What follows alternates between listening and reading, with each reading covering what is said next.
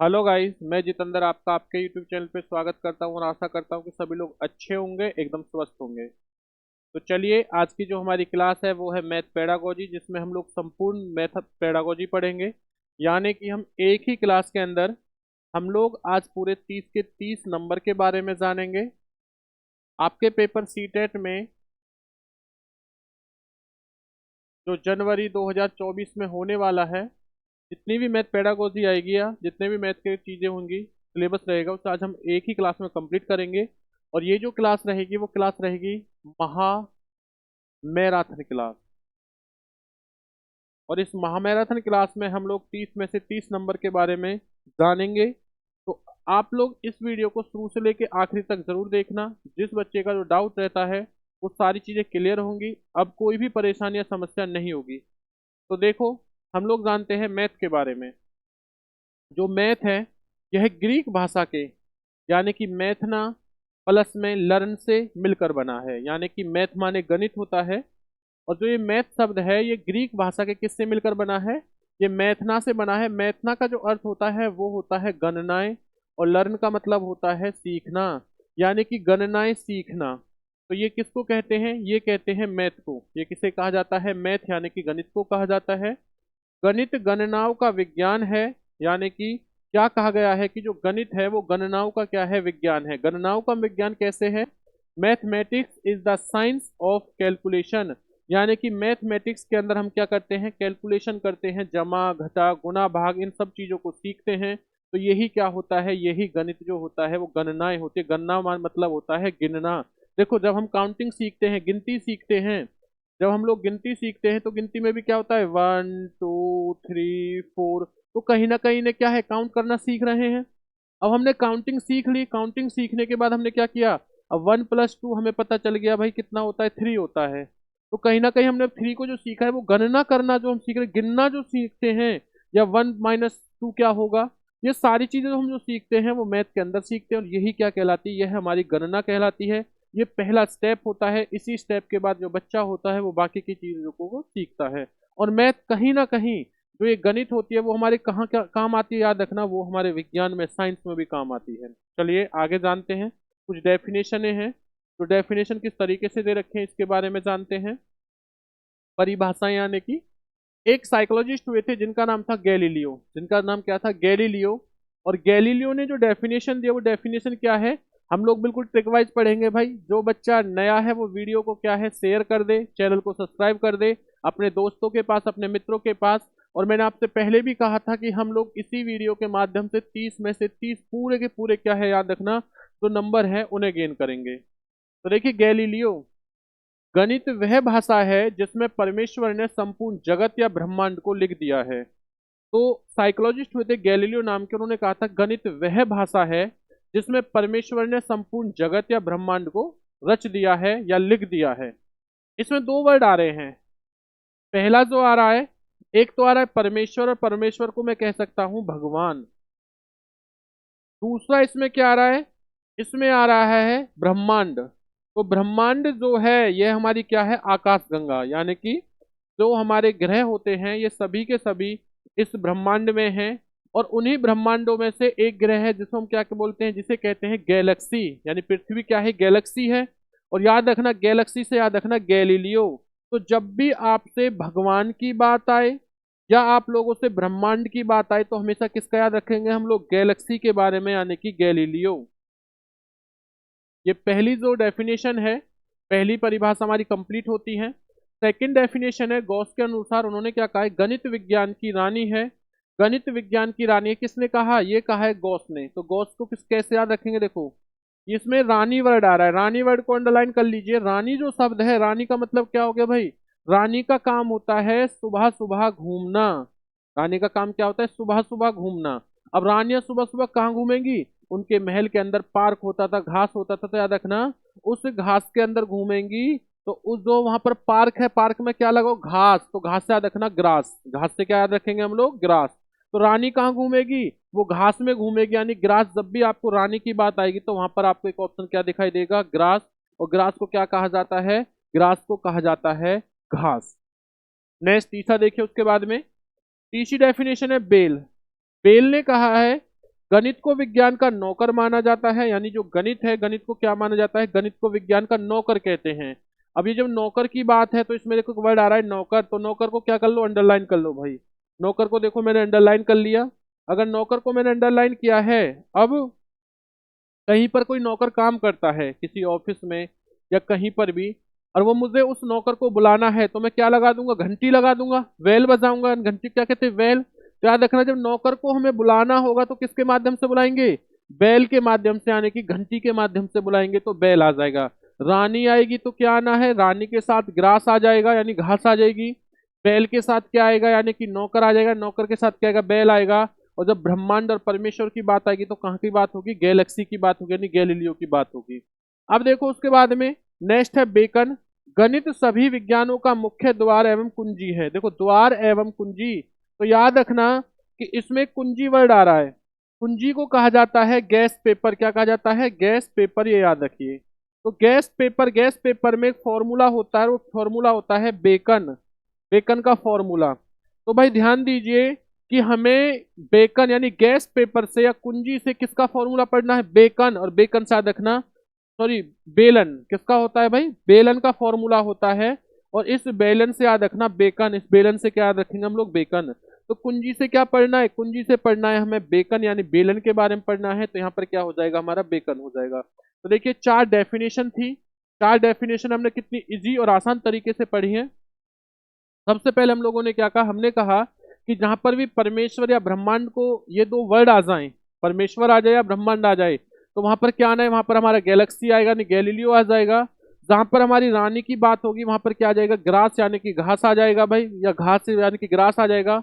जहां पर नौकर की बात होगी वहां पर बैल आ जाएगी, यानी कि बेक क्या हो गया, हमारा बैल हो गया। और चौथे नंबर पर क्या है, याद रखना कुंजी, कुंजी का मतलब क्या है, बेकन।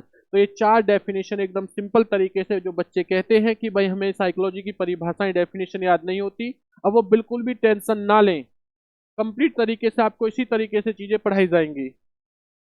अब देखिए, अब हम लोग जानेंगे एक डेफिनेशन और है, जो डेफिनेशन किसके लॉ की, एक डेफिनेशन किसके लॉ की है।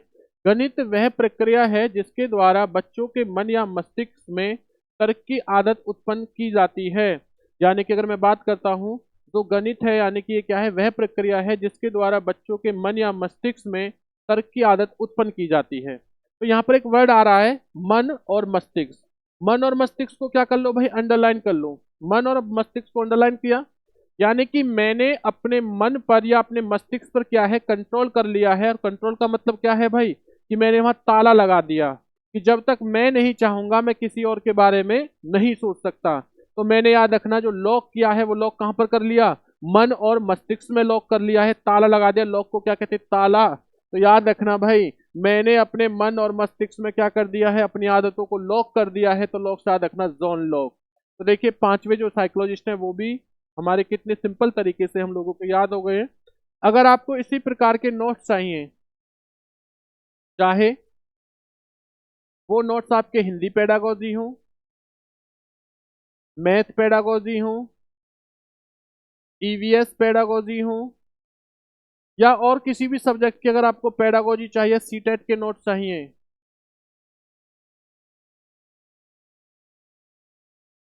तो उन सभी के लिए आप इस नंबर पे कांटेक्ट कर सकते हो, 9991158665। आप इस नंबर पे कांटेक्ट कर सकते हो। और कांटेक्ट करने के बाद में यानी कि आप व्हाट्सअप कर सकते हो, और व्हाट्सअप करने के बाद में आप लोग यहाँ से जो नोट्स है वो प्रोवाइड कर सकते हो। या आपके डिस्क्रिप्शन पे एक नंबर दे रखा है, उस नंबर पे आप जब व्हाट्सअप करोगे तो आप वहाँ से भी जो नोट्स हैं वो ले सकते हो। आप व्हाट्सअप करने के बाद में नोट्स ले सकते हो। अब हम लोग जानेंगे टाइप नंबर 1 के बारे में। और टाइप नंबर 1 क्या है, देखिए, गणित की प्रकृति, यानी कि नेचर ऑफ मैथमेटिक्स। तो नेचर ऑफ मैथमेटिक्स की बात करता हूं तो गणित की प्रकृति कैसी होती है, तार्किक होती है, ये याद रखना, लॉजिकल होती है। गणित की प्रकृति कैसी होती है, तार्किक होती है। ये आपके पेडागोजी क्वेश्चन आते हैं मैथ के अंदर, सीटेट पेपर में हमसे पूछा जाता है कि मन गणित की जो प्रकृति होती है वो कैसी होती है, तार्किक होती है। तो याद रखना वो कैसी होती है, तार्किक होती है। दूसरी चीज समझना, गणित स्थान, संख्या, मापन, मात्रा, दिशा, गणना आदि का विज्ञान है।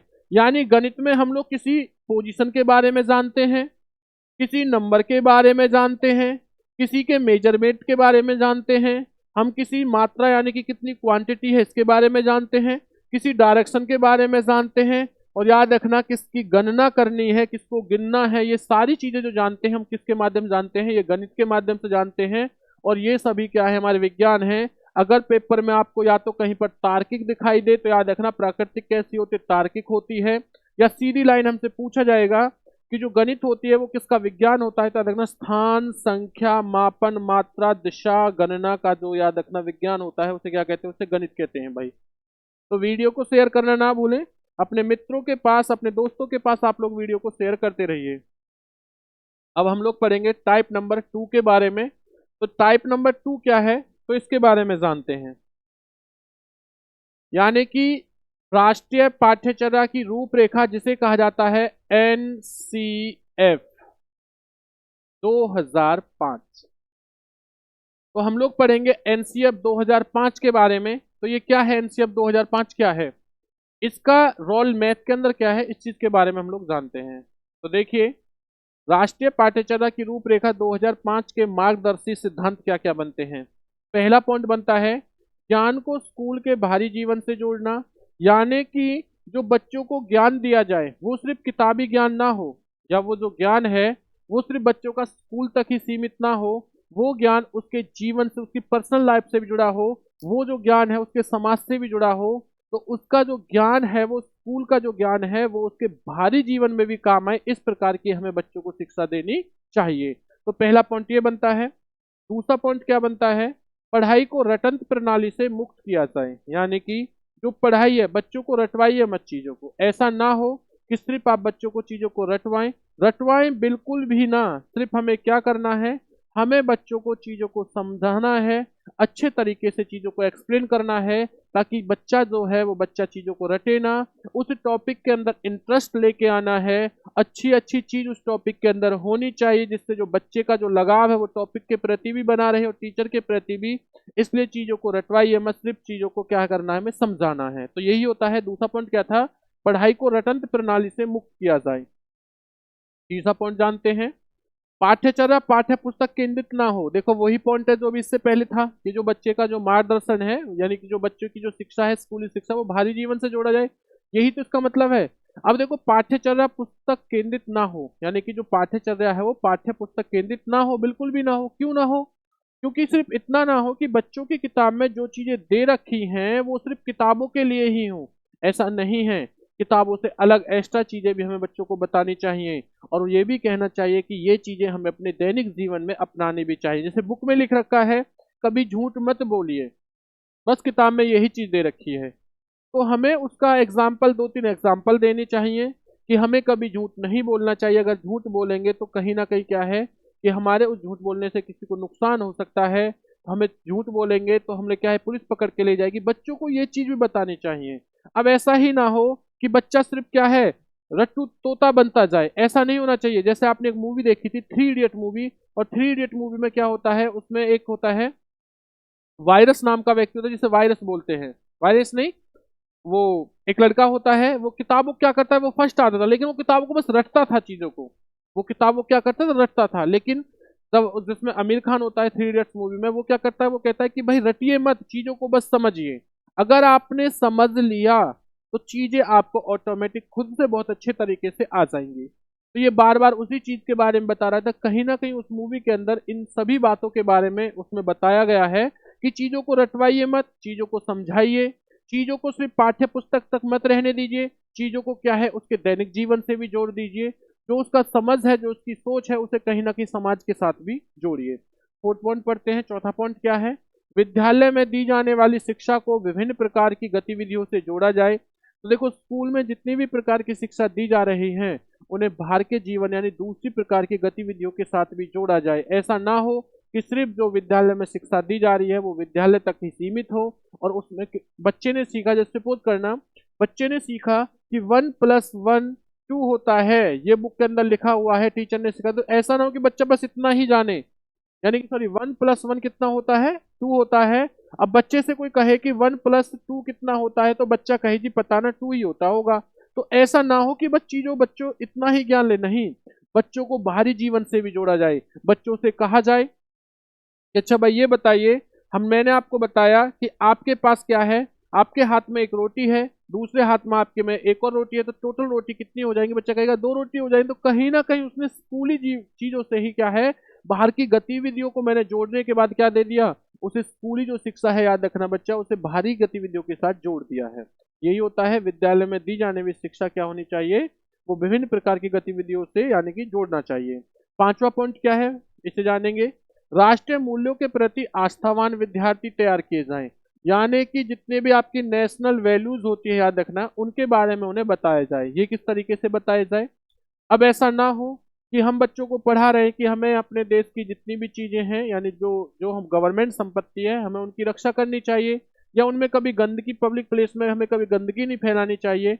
हम लोग जाते हैं, ट्रेन में जाते हैं, तो ट्रेन में लिखा होता है कि भाई यहाँ पर थूकना मना है और इस जगह आप गंदगी मत फैलाइए। बसों में बैठते हैं, वहां भी लिखा होता है, जितनी गवर्नमेंट बिल्डिंग होती है वहां भी लिखा होता है। लेकिन लोगों की आदत होती है जानते हुए भी उसी जगह क्या है, कुछ ना कुछ ऐसा मुंह में चबाते रहेंगे, तम्बाकू गुटखा वगैरह, उसको वहां पर जगह कोई नहीं दिखाई दिया, उसी जगह थूक दिया भाई। लिफ्ट में जा रहे हैं, उसी में थूक दिया। सीढ़ियों पे चढ़ रहे हो तो आपने देखा होगा पूरी सीढ़ियों को भाई वो पेंट कर देंगे थूक थूक के।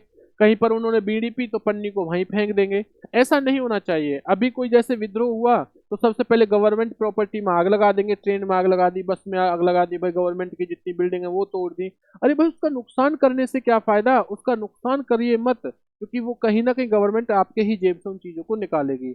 अभी जैसे 15 अगस्त 26 जनवरी आती है, तो 26 जनवरी आई थी, आएगी, तो 26 जनवरी पे क्या होगा, हम लोग अभी उस दिन पूरे उसमें भाई सबके छतों के ऊपर, सबके जेबों पे, सभी की बाइकों पे, गाड़ियों में, सबके हाथों में झंडा तिरंगा दिखाई देगा। लेकिन जैसे ही 26 जनवरी गई, वही जो तिरंगा है, वही जो झंडा है जिसे हम पूज रहे थे, अब वही क्या है, उड़ उड़ के भैया पैरों में जमीन पे गिरेगा, उसके ऊपर हम चढ़ते हुए चले जाएंगे। ऐसा नहीं होना चाहिए। बच्चों को ये चीजें समझानी चाहिए कि राष्ट्रों के मूल्य जितने भी हैं वो आपके स्वयं के हैं। आप जितना इन्हें ठेस, जितना आप यहाँ नुकसान करोगे, कहीं ना कहीं गवर्नमेंट वो नुकसान आपसे ही भरपाई करेगी। इसलिए ऐसी चीजों को मत कीजिए जो बेफिजूल की बेकार चीजें हैं, उनमें ज्यादा अपना ध्यान ना दें। किसी भी चीज को नुकसान ना पहुंचाएं, उन सब का क्या है, आप क्या करोगे, उन सब की रक्षा करोगे भाई। तो यही होता है, राष्ट्रीय मूल्यों के प्रति आस्थावान विद्यार्थी तैयार किए जाए। अब देखिए, अब पढ़ेंगे टाइप नंबर 3 के बारे में। टाइप जो 2 है वो हमारे समाप्त हो चुके हैं, अब जानते हैं टाइप नंबर 3 के बारे में। गणित की भाषा और महत्वपूर्ण शब्दावली, यानी कि हम लोग गणित की भाषा के बारे में जानेंगे और कुछ महत्वपूर्ण शब्दावलियों के बारे में जानेंगे। तो इस चीज के बारे में जानते हैं। अंक के बारे में पहला पॉइंट क्या है, इसमें अंक है, जिसे हम नंबरल कहते हैं। अब ये नंबरल जो होता है, ये क्या होता है, न्यूमरल जो होता है, अंक यानी कि देखिए, यह एक नाम है, यह क्या है, एक नाम है जो सिंबल नंबर को दर्शाता है, रिप्रेजेंट करता है। यानी कि ये क्या है, यह एक अंक जो है वो एक नाम दे दिया किसी को, और ये किसको, किसी या तो नंबर को डिनोट करेगा, रिप्रेजेंट करेगा, या किसी सिंबल को क्या करेगा, डिनोट करेगा। कैसे करेगा, थोड़ा इसके बारे में जानिए। जैसे मैंने लिखा, सपोज करना एक, ये क्या एक अंक ही तो है, यानी क्या है, एक अंक है, एक नंबर है। मैंने लिख दिया भाई, कहीं पे सपोज करना एरो लगा दिया कि आपको लेफ्ट राइट साइड जाना है, राइट साइड जाना है, तो क्या है, ये एक कहीं ना कहीं जो है सिंबल तो है, चिन्ह ही तो है, तो ये रिप्रेजेंट कर रहा है। तो ये क्या होता है, याद रखना, ये अंक होता है। जैसा आपने देखा होगा कि अगर जैसा आप हाईवे पे जा रहे हो, तो हाईवे पे जाने के बाद इस तरीके से एरो लगे रहे होते हैं, इस तरीके से, इस तरीके से एरो लगे होते हैं। एक रोड भाई, अगर आपको राइट को जाना है तो ऐसे मुड़ जाना, कट आ रहा है, अगर आपको लेफ्ट को जाना है तो ऐसे मुड़ जाना, क्योंकि यहाँ पे भी कट आ रहा है, बाकी जिसे सीधा जाना है वो सीधा भी जा सकता है। तो इस तरीके से लगा हुआ। तो हम लोग क्या करेंगे, हम इन एरो से समझ जाएंगे कि हमें किस तरफ मुड़ना है। तो जो हम मुड़े हैं, ये क्या है, कहीं ना कहीं एक सिंबल तो है, ये हमें रिप्रेजेंट ही तो कर रहा है, हमें दर्शाई तो रहा है कि भाई क्या चीज है ये चीज। अब देखो इसके बारे में जानते हैं। गणित की भाषा सरल और बोधपूर्ण होनी चाहिए, यानी गणित की जो भाषा है वो सरल होनी चाहिए और एकदम कैसी होनी चाहिए, बच्चों के ज्ञान से जुड़ी होनी चाहिए। बोधपूर्ण यानी कि वो कहीं ना कहीं बच्चों के ऊपर दैनिक क्रियाओं के साथ जुड़ी हुई होनी चाहिए। दूसरा पॉइंट देखिए, गणित की भाषा बच्चों के मानसिक स्तर के अनुरूप होनी चाहिए और उनके दैनिक जीवन से संबंधित होनी चाहिए। यानी बच्चों की जो भाषा है, यानी जो गणित की भाषा है, वो कहीं ना कहीं बच्चों के मानसिक स्तर यानी मानसिक लेवल के अनुसार होनी चाहिए और उनके दैनिक जीवन से भी जुड़ी होनी चाहिए, संबंधित होनी चाहिए। आगे पढ़ते हैं, देखिए उसी के बाद में सेकंड पॉइंट आता है जिसे कहते हैं समुच्चयन। सेकंड पॉइंट क्या है भाई, समुच्चयन है, एग्रीगेशन होता है। समुच्चय क्या है, समुच्चयन क्या है इसे समझो। जब दो चीजों को जोड़ते हैं तो उसे क्या कहते हैं, उसी को एग्रीगेशन कहते हैं, उसी को समुच्चयन कहते हैं। जैसे सपोज करना 2 पेन प्लस 2 पेन कितने हो गए, 4 पेन हो गए। मैंने जैसे आपसे कहा कि ये बताइए कि आपके पास 4 चॉकलेट हैं और आपको 4 चॉकलेट और आपके पास आ गई हैं, आपके पिताजी ले आए, तो आपके पास टोटल कितनी होगी, 8 चॉकलेट। यानी कि मैं क्या कह सकता हूँ, मैं कह सकता हूँ कि मैंने किसी दो चीजों को आपस में जोड़ दिया है, सेम चीजों को जोड़ा है, तो वही क्या हो जाएगा, याद रखना, वो हमारा जो 8 निकला है बच्चा, वो किससे जाना है, वो हमने समुच्चयन कहलाते हैं, वही क्या कहलाता है, समुच्चयन कहलाता है। ध्यान दीजिए, जब दो चीजों को जोड़ते हैं तो वो क्या कहलाता है, एग्रीगेशन कहलाता है, समुच्चयन कहलाता है। इसके बाद आगे जानेंगे, देखिए तीसरी चीज के बारे में। बच्चा संवर्धन किसे कहते हैं, क्या कहते हैं, संवर्धन। तो संवर्धन किसे कहते हैं, संवर्धन की मैं बात करता हूं, जब एक चीज को बढ़ाया जाता है तो उसे क्या कहते हैं बच्चा, उसे संवर्धन कहते हैं, याद रखना। यानी कि ऑगमेंटेशन कहते हैं। अब ये होता क्या है, याद रखिए, जैसे दूध में पानी को मिलाना, बच्चा क्या होता है, दूध में पानी को मिलाना। अब जो दूध में पानी को मिलाना है, और एग्जाम्पल देख लीजिए, जैसे बहुत बार हम लोग क्या करते हैं, बहुत बार हम लोग मैदे के अंदर, मैदे में क्या जोड़ देते हैं भाई, आटा लगा देते हैं या आटा को मिक्स कर देते हैं। तो मैदे की जो क्वांटिटी है वो बढ़ गई ना, मात्रा जो है वो क्या हो जाती है, मात्रा बढ़ गई। तो यही क्या होता है, याद रखना, इसी को कहा जाता है संवर्धन। यानी कि किसी भी चीज में कोई दूसरी चीज मिक्स करने के बाद में उसकी क्वांटिटी को जब बढ़ाया जाता है, उसी को क्या करते हैं, संवर्धन कहते हैं। वैसा तो है नहीं कि मैंने सपोज करो कि मैंने आटे में मैदे को मिलाया, मैदे को आटे में मिला दिया, क्या आप मैदे को अलग कर दोगे, आटे को अलग कर दोगे, बिल्कुल भी नहीं कर सकता। मैंने दूध और पानी को मिला दिया, तो ऐसा तो नहीं है कि मैं दूध और पानी को अलग कर सकता हूँ, ये बता सकता हूँ भैया दूध कितना है, पानी कितना परसेंट है, तो नहीं बता सकता। तो मैं जिन्हें किसी भी एक चीज की अगर क्वांटिटी किसी ऐसी चीज से मिलाऊं जिसमें मैं इन दोनों को अलग ना कर सकूं, ये क्या कहलाता है, ये संवर्धन कहलाता है। और ध्यान देना, अगर मैं बात करता हूं समुच्चयन, क्या होता है, यहाँ पर भी प्लस किया जा रहा है कि भाई आपके 2 पेन थे, 2 पेन और ऐड कर दिया, आप दोनों पेनों को अलग कर सकते हो।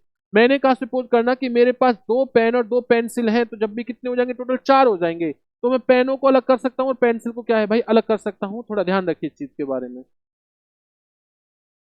इसी के बाद देखो, अब हम लोग पढ़ेंगे किसके बारे में, मुक्त अंत प्रश्न के बारे में। यानी कि मुक्त अंत प्रश्न और बंद प्रश्न। तो मैं कह सकता हूं कि जो हमारे क्वेश्चन होते हैं वो कितने होते हैं, वो 2 प्रकार के होते हैं। जो हमारे प्रश्न होते हैं वो कितने होते हैं, प्रश्न 2 प्रकार के होते हैं। पहला होता है मुक्त अंत प्रश्न और दूसरा कौन सा होता है, याद रखना, ये होता है बंद अंत प्रश्न। ये जो ओपन एंडल क्वेश्चन होते हैं, ये क्या होते हैं, इनमें बच्चों को उनके विचारों में, यानी कि उनके विचारों को स्वतंत्रता होती है कि वो अपना आंसर कुछ भी दे सकते हैं। जैसे सपोज कीजिए, देखो जिन प्रश्नों का उत्तर एक से ज्यादा होता है उन्हें क्या कहते हैं, मुक्त ओपन। यहाँ पर यानी कि बच्चों के विचारों को, बच्चों के विचारों को स्वतंत्रता मिलती है। अब स्वतंत्रता किस तरीके से मिलती है, इस चीज को समझना। अगर मैं स्वतंत्रता की बात करता हूं तो देखिए, जैसे मैंने कहा वह कौन से 2 नंबर हैं जिनको जोड़ने पर 8 आएगा। मैंने क्या कहा, वह कौन से 2 नंबर हैं जिनको जोड़ने पर 8 आए, या मैं ये भी कह सकता हूँ वह कौन से नंबर है जिन्हें जोड़ने पर 10 आए। तो यहाँ पर देखो क्या हो सकता है, यहाँ पर 6 + 2 8 होते हैं, 7 + 1 8 होते हैं, 4 + 4 कितने होते हैं, 8 होते हैं, 5 + 3 8 होते हैं। अगर मैं 10 की बात करूंगा तो क्या क्या आ जाएगा भाई, मैं 10 में लिख सकता हूँ 2 + 8 कितने होते हैं बच्चा, याद रखना 10 होते हैं। 3 + 7 कितने होते हैं, 10 होते हैं। 4 + 6 कितने होते हैं, 10 होते हैं। मैं ये भी कह सकता हूँ कि 5 + 5 कितने होते हैं, 10 होते हैं। मैं और क्या कह सकता हूँ, मैं ये भी कह सकता हूँ, अपोजिट हो जाएंगे ये नंबर भाई, और कैसे हो सकते हैं, मैं ये भी कह सकता था कि 1 + 9 कितने होते हैं, 10 होते हैं। मैं अब किसी से अपोजिट भी कर सकता हूँ कि 8 + 2 कितने होते हैं, 10 होते हैं। तो एटलीस्ट मेरे इतने सारे जो हमें आंसर मिल रहे हैं, इसी को कहते हैं ओपन एंडल क्वेश्चन, यानी कि मुक्त अंत प्रश्न। किस प्रकार से, देखो जानिए इस चीज के बारे में, जहां पर बच्चों के विचारों को स्वतंत्रता होती है। एक और एग्जाम्पल समझिए आप, जब हम लोग 10th के 11 + 2 के या 10वीं के 12वीं के जब हम लोगों ने पेपर दिए होंगे, कॉलेज में हम पेपर देते हैं, तो वहां पर जब ऑप्शन टाइप नहीं आते तो हमें वहां पर लिखा होता है कि अपने इस क्वेश्चन का जो आंसर है वो 200 शब्दों में दीजिए। तो क्या होता है, बहुत सी बार हमें क्वेश्चन आते भी नहीं है। हम प्रश्न में से ही क्वेश्चन बनाएंगे, हमारे मन में जो भी कहानी आ रही है, जो भी स्टोरी आ रही है, उस पूरे उसको भैया भराएंगे पूरे 200-250 पेज में। यानी कि मेरे विचार को पूरी स्वतंत्रता की थी कि मैं कुछ भी लिख सकता हूँ, किसी भी प्रकार से लिख सकता हूँ। तो यही क्या होता है, याद रखना, इसी को कहा जाता है मेरे भाइयों, ओपन एंडल क्वेश्चन कहा जाता है। इसी के साथ आगे देखिए, अब जानेंगे क्लोज एंडल क्वेश्चन कौन से होते हैं, बंद अंत प्रश्न कौन से होते हैं, इसके बारे में जानिए। जिन प्रश्नों का उत्तर केवल एक होता है, यानी कि जहां पर सिर्फ आप एक ही आंसर को चुनोगे, वो क्या होता है आपका, वो क्लोज्ड एंडल क्वेश्चन होता है। अगर मैं बात करता हूं जैसे 5+3, यानी कि 5+ जो 3 होता है, याद रखना बच्चा, वो क्या होता है, वो 8 होता है। अब मुझे 8 के बारे में आपको ये बताना है, 5+3 कितना होता है, 8 ही आएगा। अब मैं इसमें ज्यादा विचार नहीं कर सकता, क्योंकि मुझे पता है कि 5+3 कितने होते हैं, 8 होते हैं। मुझसे कोई कहे कि भाई 10 कितने होते हैं, 15 मान लो, तो क्या कह दूंगा, 7+8। मैं एक ही आंसर दे दूंगा भैया, 7+में क्या होते हैं, 15 होते हैं। मैं ये भी कह सकता था कि 1+में 14 15 होते हैं, 15 होते हैं भाई। लेकिन मुझे जो आंसर है वो बस एक ही देना है, कितना देना है, एक ही। वो आंसर मैं कितना भी दे सकता हूं। मैं ये भी कह सकता था कि 6+9 15 होते हैं, लेकिन आंसर मुझे एक ही देना है, जिसे कहा जाता है, याद रखना, ऑप्शन टाइप। ऑप्शन टाइप जो हमारे क्वेश्चन होते हैं, या मल्टीपल ऑप्शन टाइप जो हमारे क्वेश्चन होते हैं, ये क्या कहलाते हैं, याद रखना, ये हमारे कहलाते हैं क्लोज एंडल। जैसा आपने सुना होगा, जो हमारे डैश वाले क्वेश्चन आएंगे वो भी कैसे रहेंगे, क्लोज एंडल रहेंगे। जैसे किसी में लिख दिया यहाँ पर, भारत डैश को स्वतंत्र हुआ, मैंने ये क्वेश्चन लिखा, वहां पर ऑप्शन दे दिया आपको 1947, 1946, 1945, 1944। तो मैं क्या दूंगा, एक ही आंसर देना भाई, 1947 रहेगा। तो ये चीज क्या होगी, ये हम लोगों के क्या होते हैं, क्लोज एंडल क्वेश्चन होते हैं। यानी जहां पर बच्चों के विचारों को स्वतंत्रता नहीं होती है, यानी कि इसमें बच्चों के विचारों को स्वतंत्रता नहीं होती। और ओपन में क्या था कि बच्चों के विचारों को स्वतंत्रता होती है, लेकिन क्लोज में बच्चों के विचारों को कोई भी स्वतंत्रता नहीं होती। तो याद रखना भाई, जो हमारा ये है, यानी कि हमारे जो क्वेश्चन है वो भी क्या होते हैं, प्रश्न जो होते हैं वो थोड़े क्या होते हैं भाई, दो पार्ट हमने सीखे। अब देखिए क्या होता है, एक होता है रचनात्मक, एक क्या होता है, रचनात्मक। ये हमारा है रचनात्मक, योगात्मक और निदानात्मक आकलन क्या कहलाता है। ये टाइप नंबर क्या है भाई, 4 है। टाइप नंबर क्या है, 4। तो टाइप नंबर 3 तक हम लोग पढ़ चुके हैं, अभी टाइप नंबर 4 है। 4 के बारे में जानते हैं, जिसे फॉर्मेटिव सम्मेटिव असेसमेंट कहते हैं, बच्चे याद रखना। डायग्नोस्टिक असेसमेंट भी कहा जाता है। देखो, रचनात्मक असेसमेंट किसे कहा जाता है, नहीं कि जो हमारा रचनात्मक आकलन है वो क्या कहते हैं, यह टीचिंग प्रोसेस के दौरान या उससे पहले होता है। जैसे मैं आपको टॉपिक पढ़ाने के लिए आया, टॉपिक पढ़ाने से पहले मैंने आपको एक बार उस टॉपिक से जुड़े हुए आपसे मैं क्वेश्चन करने लगा, तो मैंने आपसे जानने की कोशिश की कि आपको इस टॉपिक की कितनी नॉलेज है। तो यही क्या होता है, इसी को कहते हैं रचनात्मक, यानी कि इसी को कहा जाता है फॉर्मेटिव असेसमेंट। भाई क्या कहा जाता है, फॉर्मेटिव असेसमेंट। अब देखो क्या होता है कि या मैं अगर कोई टॉपिक पढ़ा रहा हूं, मैंने टॉपिक पढ़ाना प्रारंभ कर दिया और पढ़ाते पढ़ाते मैं आपसे क्वेश्चन करता हूं, तो ये भी क्या कहलाएगा, ये भी हमारा रचनात्मक ही होता है। अब देखो, यानी कि देखो, टीचिंग लर्निंग प्रोसेस के दौरान, यानी कि पढ़ाते समय या उससे पहले जो करते हैं, क्लास में एंट्री करते ही जो मैंने क्वेश्चन करने शुरू कर दिए। सेकंड होता है योगात्मक। भाई योगात्मक क्या होता है, इस चीज के बारे में हम लोग जानेंगे। अगर मैं योगात्मक की बात करता हूं तो बच्चा ध्यान देना, यह टीचिंग लर्निंग प्रोसेस खत्म होने के बाद होता है। यानी कि कब होता है, जब पूरा का पूरा टॉपिक खत्म हो चुका है, मैंने आपको पढ़ाना बंद कर दिया, टॉपिक फिनिश हो चुका है, अब मैं टॉपिक से जुड़ी हुई आपसे क्या है भाई, क्वेश्चन करने लगा। तो यही क्या होता है बच्चा, याद रखना, यही कहलाता है आपका योगात्मक, यानी कि इसी को कहते हैं सम्मेटिव असेसमेंट। इसी को क्या कहा जाता है, इसी को कहा जाता है सम्मेटिव असेसमेंट कहा जाता है। यह टीचिंग लर्निंग प्रोसेस खत्म होने के बाद होता है। और अगर किसी भाई को नोट्स चाहिए तो वह 9911586665 आप लोग नोट्स ले सकते हो। अगर किसी भी सब्जेक्ट की पेडागोजी के नोट्स चाहिए तो आप लोग बिल्कुल भी परेशान ना हो, आप लोग जो है वो नोट्स ले सकते हो, ये याद रखना आप लोग। क्योंकि अब की बार हम ये टारगेट बना के आए हैं कि जितना भी आपके सीटेट में मैथ से पेडागोजी आएगी, उस सीटेट के एक भी नंबर हमें नहीं छोड़ना है। याद रखना, हमें 30 में से 30 नंबर लेने हैं सीटेट के अंदर। और इसी के साथ बाकी की जितने भी आपकी हिंदी की पेडागोजी हो, या फिर आपकी याद रखना ईवीएस की पेडागोजी हो, या फिर आपकी सीडीपी हो, कंप्लीट कोर्स के साथ हम महा मैराथन क्लास लेके आएंगे। जिस तरीके से हमारी ये मैथ की महा मैराथन क्लास है, इसी तरीके से हम लोग बाकी सब्जेक्टों को भी महा मैराथन क्लास लेके आएंगे भाई। तो आप लोग जितने भी इस चैनल के साथ नए जुड़े हो, सभी के सभी क्या है, याद रखना चैनल को सब्सक्राइब कर दें और वीडियो को अपने दोस्तों के पास, अपने मित्रों के पास शेयर कर दें। क्योंकि अब की बार जो हमारा टारगेट है वो किसका है, वो टारगेट है सीटेट 2024 जनवरी। ये याद रखना भाई, पास करना है, हर हाल में पास करना है और करेंगे, ये हमारी जिद है। तो चलिए आगे जानते हैं निदानात्मक के बारे में। निदानात्मक जो आकलन होता है उसे क्या कहते हैं, जिसमें सिर्फ कारणों या उस समस्या की पहचान की जाती है, उसे कहते हैं, याद रखना, उसे निदानात्मक जो आकलन होता है कहा जाता है। देखिए निदानात्मक आकलन क्या है, जैसे कोई बच्चा नहीं पढ़ रहा है या किसी बच्चे की कोई चीज समझ में नहीं आ रही है, तो हमें अब ये जानना है कि बच्चा सीख क्यों नहीं पा रहा है। जो नहीं सीख रहा तो उसका कारण क्या है, वजह क्या है, तो यही क्या होता है, इसी को कहते हैं निदानात्मक। निदान का मतलब ये मत समझना कि भैया हमने तो किसी वो सीख नहीं रहा है, हमने उसे सिखा दिया, निदानात्मक क्या, बिल्कुल भी नहीं। एक छोटा सा एग्जाम्पल समझ लो, हमारी जब तबीयत खराब होती है तो हम लोग डॉक्टर के पास जाते हैं।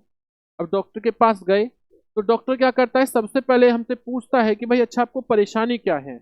हम लोग बताते हैं कि सर में चक्कर आ रहा है, हमें वोमिटिंग आ रही है, हमें फीवर आ रहा है, हमें सर्दी बहुत लग रही है, या एकदम बिल्कुल गला है वो सूख रहा है, एकदम पेट में जलन हो रही है। हम अलग अलग तरीके से जो भी जिस व्यक्ति को बीमारी होती है वो डॉक्टर को बताते रहते हैं। डॉक्टर फिर अपनी चीजें निकालेगा, वो जिससे फीवर चेक करते हैं वो उसे लेगा, भाई ठीक है भाई इसे मुंह में लगा लीजिए, ठीक है। तो उसे मुंह में लगाने के बाद वो देखेगा आपका टेम्परेचर, अच्छा आपको भाई 99 बुखार है, आपको 100 डिग्री बुखार है, आपको 101 बुखार है, फीवर है। अब उसने जो प्रोसेस जाना है, अब उस प्रोसेस के आधार पर वो आपको बताएगा आपको जी फीवर है, आपको धीरे धीरे सर्दी लगती होगी, सर्दी ज्यादा तेज लगती है क्या, तो आपसे वो पूछना शुरू कर रहा है। अब आप उसका जवाब दे रहे हैं, तो जो वो पूछ रहा है ना, या उसने जो प्रारंभ में आपसे जानने की कोशिश की कि आपको समस्या क्या है, तो वो जो जानने की कोशिश कर रहा है उसी को कहते हैं निदानात्मक। उसको क्या कहते हैं, निदानात्मक आकलन। अब उसने निदानात्मक कर दिया।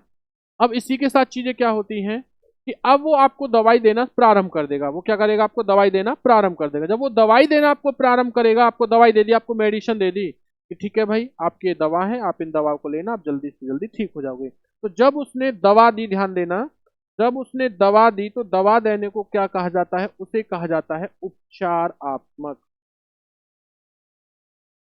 उपचारात्मक आकलन। तो आई होप आपने ये चीजें समझी होंगी। निदान का मतलब क्या होता है, सिर्फ समस्याओं को जानना या पहचानना है, उनके कारणों का पता लगाना। और याद रखना उपचारात्मक का मतलब क्या होता है कि उन समस्याओं को दूर करना।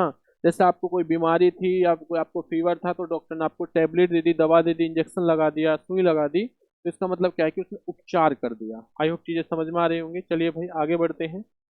अगर क्लास अच्छी लगी हो तो भाई वीडियो को लाइक करना ना भूलें, ना ही शेयर करना भूलिए। आगे पढ़ेंगे हम लोग टाइप नंबर 5 के बारे में। टाइप नंबर 4 हम लोग पढ़ चुके हैं, हम किसके बारे में पढ़ेंगे, टाइप नंबर 4 के बारे में। और जो टाइप नंबर 4 है इसमें हम लोग पढ़ेंगे किसके बारे में, अबेकस के बारे में। देखिए ये अबेगस क्या है, अबेकस के बारे में हम लोग जानेंगे। देखो अबेगस को हिंदी में क्या कहा जाता है, इसी को कहा जाता है गिनतारा। अगर हमसे पूछा जाए कि गिनतारा किसे कहा जाता है, तो गिनतारा किसे, अबेकस को ही कहा जाता है। ये गिनतारा होता कैसे है, अगर मैं इस गिनतारे की बात करता हूं तो एक लकड़ी का बना हुआ ये इस तरीके से एक बॉक्स टाइप का होता है। इस गिनतारे के अंदर कुछ लाइनें होती हैं, उन लाइनों में इस तरीके से कुछ गोलियां लगी होती हैं। जैसे गोलियां आपके सामने लग रही हैं, तो इस तरीके से कुछ गोलियां होती हैं। इन गोलियों के माध्यम से जो बच्चा होता है वो क्या क्या चीज सीखता है, इस चीज के बारे में हम लोग जानेंगे। देखिए इससे बच्चों को गिनती, यानी कि जो गिनती होती है बच्चा उन्हें सीखता है। किसी भी चीज को जोड़ना, यानी कि जो प्लस होता है उसे भी सीखता है। घटाना उसे भी सीखता है। फेस वैल्यू उसे भी सीखता है। प्लेस वैल्यू उसको भी सीखता है। यानी अगर हमसे पूछा जाए कि जो बच्चा होता है वो गिनतारा या अबेकस से क्या क्या चीज सीखता है। तो याद रखना, गिनतियां, जोड़, घटा, face value, place value. Face value और प्लेस वैल्यू को क्या कहा जाता है, याद रखना, इन्हें कहा जाता है स्थानीय मान। स्थानीय मान। और एक होता है हमारा जातीय मान।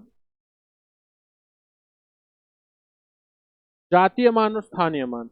तो देखिए, जो प्लेस वैल्यू होता है उसे कहा जाता है यानी कि स्थानीय मान, और जो फेस वैल्यू होती है उसे कहते हैं हमारी यानी कि जातीय मान। ये एक क्वेश्चन आपका सीटेट में डायरेक्ट भी आता है कि फेस वैल्यू इनमें से कौन सी है कौन सी नहीं है, तो इसके बारे में भी समझना। अगर मैं फेस वैल्यू की बात करता हूं, तो जो नंबर जितना एग्जाम में पूछा गया है वो ही हमेशा फेस वैल्यू उतनी ही रहती है। जैसे सपोज करना पेपर में आ जाए 5 की फेस वैल्यू क्या है, एक हमें डिजिट दे देंगे।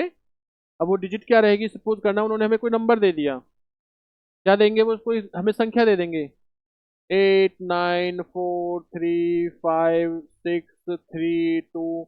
इसमें बताइए जो 5 है उसकी फेस वैल्यू क्या रहेगी। तो बच्चे याद रखना, जब उसकी फेस वैल्यू की बात आएगी तो जितनी भी इसमें पूछी गई है ना संख्या, वही हमेशा उसकी फेस वैल्यू होती है। तो आपने देखा कि 5 के बारे में पूछा, तो 5 जो है वो इसकी क्या है, 5 इसकी आपकी फेस वैल्यू उतनी ही रहेगी, ये याद रखना।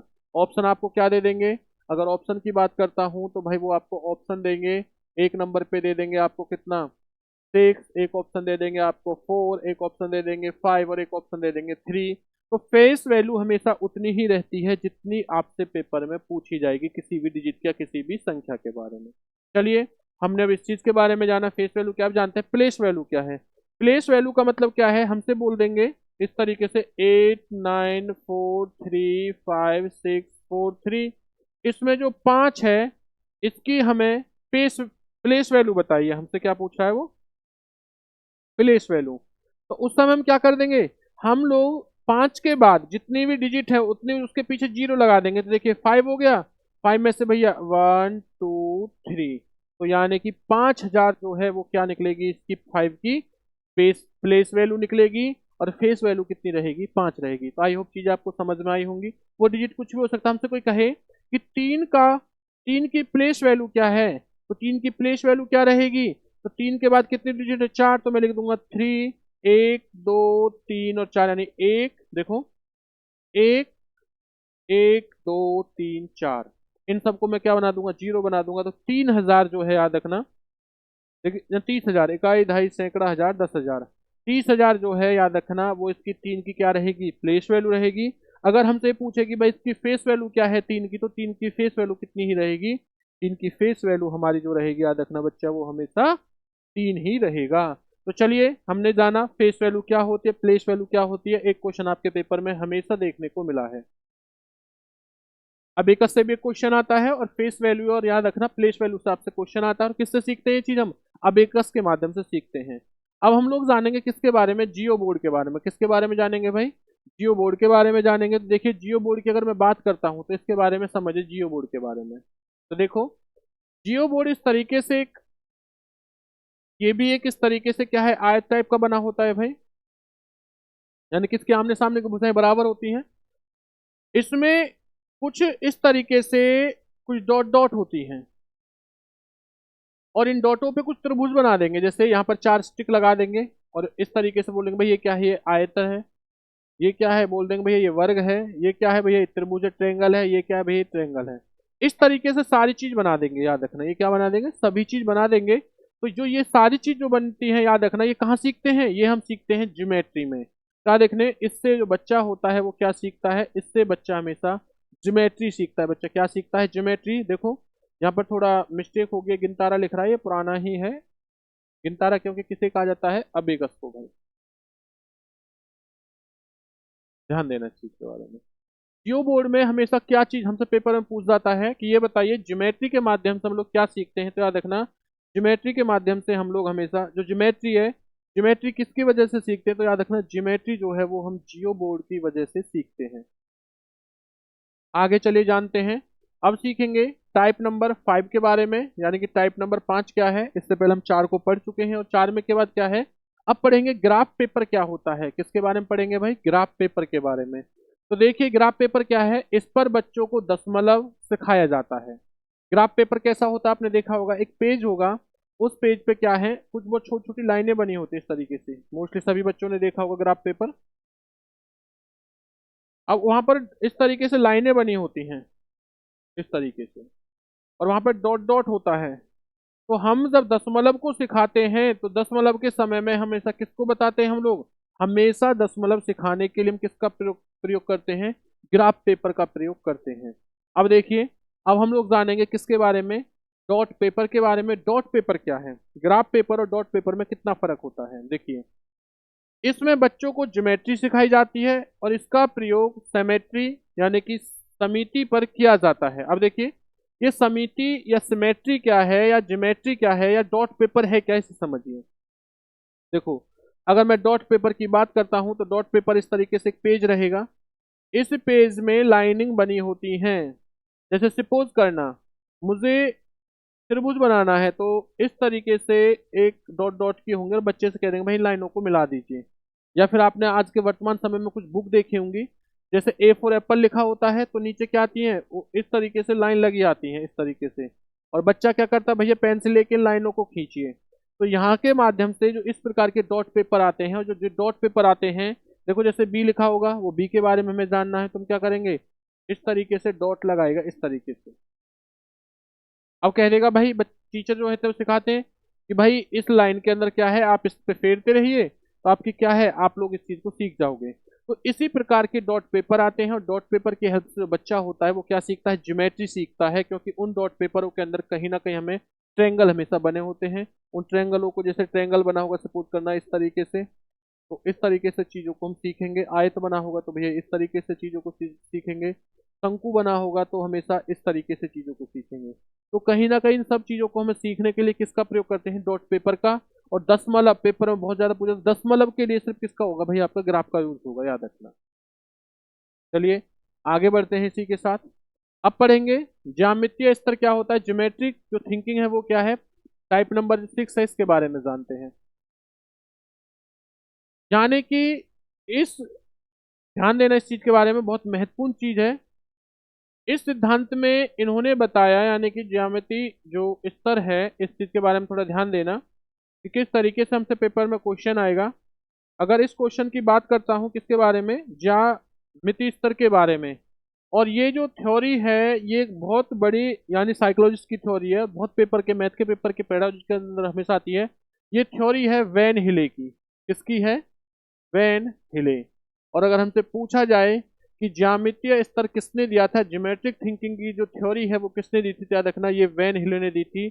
और वैन हिले ने यानी इस सिद्धांत में इन्होंने कितने वो बताए थे, इन्होंने 5 प्रकार बताए थे। जो बच्चा होता है वो 5 स्टेज के माध्यम से चीजों को सीखता है। देखिए, वैन हिले ने यानी इस सिद्धांत में इन्होंने बताया था कि बच्चा ज्योमेट्री को किस प्रकार से सीखते हैं। इसके लिए उन्होंने 5 स्टेज बताई हैं। कितनी स्टेज बताई हैं, 5 स्टेज। और इनकी जो स्टेज 5 होती है, याद रखना, वो कहाँ से शुरू होंगी, वो हमेशा शुरू होती है 0 से लेके, और कितनी हो जाएंगी, 0 रहेगी, 1 रहेगी, 2 रहेगी, 3 रहेगी और 4 रहेगी। तो देखो हम अगर काउंट करेंगे तो 1 2 3 4 5, यानी 0 से लेके 4 स्टेज रहेंगी। ऐसा नहीं है कि आप 1 से प्रारंभ करें और 5 से कर दें, बिल्कुल भी नहीं। 0 से प्रारंभ करना है और कितना करना है, 4 तक हमें लेके चीजें चलनी है। देखो इसके बाद में अब पढ़ते हैं लेवल 0 के बारे में, जिसे कहा गया है चक्षुषीकरण। क्या होता है, तो चक्षुषीकरण के बारे में जानिए। इसमें बच्चे चीजों को सिर्फ जानते हैं या उन्हें देखकर उनकी इमेज बना लेते हैं। इसमें बच्चा आकृति को दिखावट के अकॉर्डिंग उनका क्लासिफिकेशन करता है। जैसे सपोज करना, इस 0 लेवल में क्या होता है, जिसे चक्षुषीकरण कहा जाता है, इसमें सिर्फ बच्चा चीजों को देखता है। देखने के बाद वहां पर वो थोड़ा थोड़ी आकृतियों के बारे में, शेप के बारे में थोड़ा सोचना प्रारंभ कर देता है। जैसे सपोज कीजिए, अब छोटा बच्चा है, उसने रोटी को देखा तो रोटी कैसी होती है, गोल होती है। उसने बस रोटी देख ली, भाई रोटी गोल होती है। अब उसने बिस्कुट देखा, बिस्कुट कैसा होता है, बिस्कुट देखा भाई उसने आयत होता है। रोटी गोल देखी उसने और बिस्कुट इस तरीके से देखा। या उसने कुछ बिस्कुट गोल भी देखे। अब वो थोड़ा इमेज, वो पहली बार चीजों को देख रहा है तो देखने के बाद इमेज बनाना, वो क्या है, वो कहीं ना कहीं अपने दिमाग में एक इमेज बनाना प्रारंभ कर रहा है। तो यही क्या होता है, ये होता है लेवल 0 जो होता है, जिसे चक्षुषीकरण कहा जाता है। अब इसी के बाद में जानना, सेकंड होता है लेवल 1 जिसे कहा जाता है विश्लेषण, यानी कि लेवल 2 हो गया। वैसे इसमें क्या है, लेवल 1 रहेगा, लेकिन उसके हिसाब से क्या हो जाएगा भाई, स्टेज दूसरी हो जाएगी, सेकंड स्टेज है ये, और लेवल 1 है इस जिसमें है विश्लेषण। विश्लेषण क्या होता है, इसमें बच्चे चीजों को ज्योमेट्रिकल नाम जानना शुरू कर देता है। जैसे उसे पता है कि उसने कोई भी चीज प्रारंभ में गोल चीज देखी थी, यानी कि ये क्या है, उसने रोटी को देखा तो उसने पहले शेप को देखा, उसने जाना कि रोटी कैसी होती है, रोटी गोल होती है, रोटी कैसी होती है, गोल होती है। उसने देखा कि भाई जो बिस्कुट है, बिस्कुट इस तरीके से है, तो यानी बिस्कुट कैसा हो गया, बिस्कुट राइट एंगल हो गया। तो उसने जाना कि भाई बिस्कुट का जो शेप होता है वो कैसा होता है, राइट एंगल होता है। तो अब बच्चा क्या है, अब चीजों का, यानी कि देखो लेवल 0 पर बच्चा सिर्फ चीजों को देख रहा है, जान रहा है कि कोई ऐसी चीज भी होती है। लेवल 1 में क्या है, वो अब नाम जानना शुरू कर देगा कि अच्छा इसे क्या कहा जाता है, इसे क्या कहा जाता है, ये क्या चीज है, ये क्या, जैसे ये पेन है सपोज करना। अब उसे पता है कि ये पेन या पेंसिल जो भी है, ये भाई इस तरीके से लकड़ी टाइप में बिल्कुल सीधी है। अब उसने ये जाना, ये पहले देखा, उसने देखने के बाद में ये उसका क्या हो गया, ये 0 हो गया, लेवल क्या हो गया, 0, स्टेज 1 और लेवल 0, जिसमें चक्षुषीकरण कहा जाता है। अब जैसे ही लेवल फर्स्ट पे पहुंचा, वो नाम जानना शुरू कर, अच्छे से पेन बोलते से पेंसिल बोलते हैं, तो वो नाम जानना जो है वो प्रारंभ कर देता है। अब देखो इसी के बाद में, अब जानेंगे हम लोग इसमें, अब वो लेवल नंबर 2 और स्टेज नंबर कौन सी होती है, 3, जिसे कहा जाता है अनौपचारिक निगमन। अनौपचारिक क्या होता है, इनफॉर्मल क्या होता है, इसके बारे में। इसमें बच्चा आकृतियों के बीच रिलेशन बनाना यानी कि शुरू कर देता है, क्या कर देता है, शुरू कर देता है उनकी सिमिलरिटियों के बेस पर। अब जैसे उसने जाना कि जो रोटी होती है, रोटी भी कैसी होती है भैया, गोल होती है। उसने जाना रोटी क्या है, गोल है। अब उसने जाना कि जो पैसा जो होते हैं, यानी कि जो रुपए होते हैं गिल, वो कैसे होते हैं, वो भी गोल होते हैं। अब उसने जाना भाई ये तो दोनों ही चीजें गोल हैं, तो क्या मैं पैसे को रोटी बोल सकता हूँ, रोटी को पैसा बोल, नहीं। अब वो क्या कर देगा, अब वो दोनों के बीच में रिलेशन बनाना प्रारंभ कर देगा, आकृतियों के बीच में। उसे पता है कि अगर रोटी इस तरीके से थोड़ी रहेगी तो भैया रोटी है, और अगर सिक्का है थोड़ा गोल चीज छोटी है, और ये क्या है, सिक्के टाइप की है, तो ये क्या रहेगी, ये पैसे रहेंगे। यानी कि वो कहीं ना कहीं दोनों के बीच में रिलेशन बनाना प्रारंभ कर देगा। सपोज करो, कभी कभी हम लोग क्या करते हैं कि कभी कभी हमारी पॉकेट में कुछ रखा होता है, जैसे फोन होता है, तो हम गैस करते हैं कि यार आपके जेब में कहीं फोन तो नहीं है, जबकि फोन ना होकर फोन की शेप में कोई दूसरी चीज रखी हो। तो हम अंदाजा लगाते हैं यार शेप देख के तो भाई ये फोन होगा।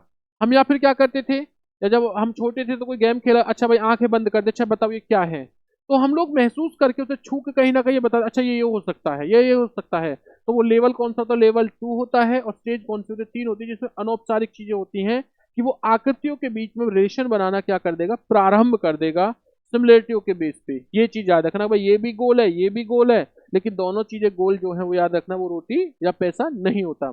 अब उसने देखा कि भैया गोल तो बिस्कुट भी होता है, राइट एंगल नहीं, सिर्फ ओनली गोल बिस्कुट भी होता है। तो क्या वो रोटी को बिस्कुट बोल सकता है, बिस्कुट को रोटी बोल सकता है, बिल्कुल भी नहीं। अब उसने नाम तो पहले जान लिया था चीजों के बारे में लेवल 1 में, लेकिन वो क्या कर रहा है, अब वो यहाँ पर क्या कर रहा है, उसे पता है कि जो ये चीज है भैया, इसका नाम पता चल गया है कि इस टाइप की इस चीजें हमेशा बिस्कुट हो रहेंगी, रोटी अलग रहेगी, पैसा अलग रहेगा। तो यही क्या होता है, याद रखना, स्टेज नंबर 3 और लेवल क्या होता है, 2। देखो उसी के बारे में हम लोग जानेंगे।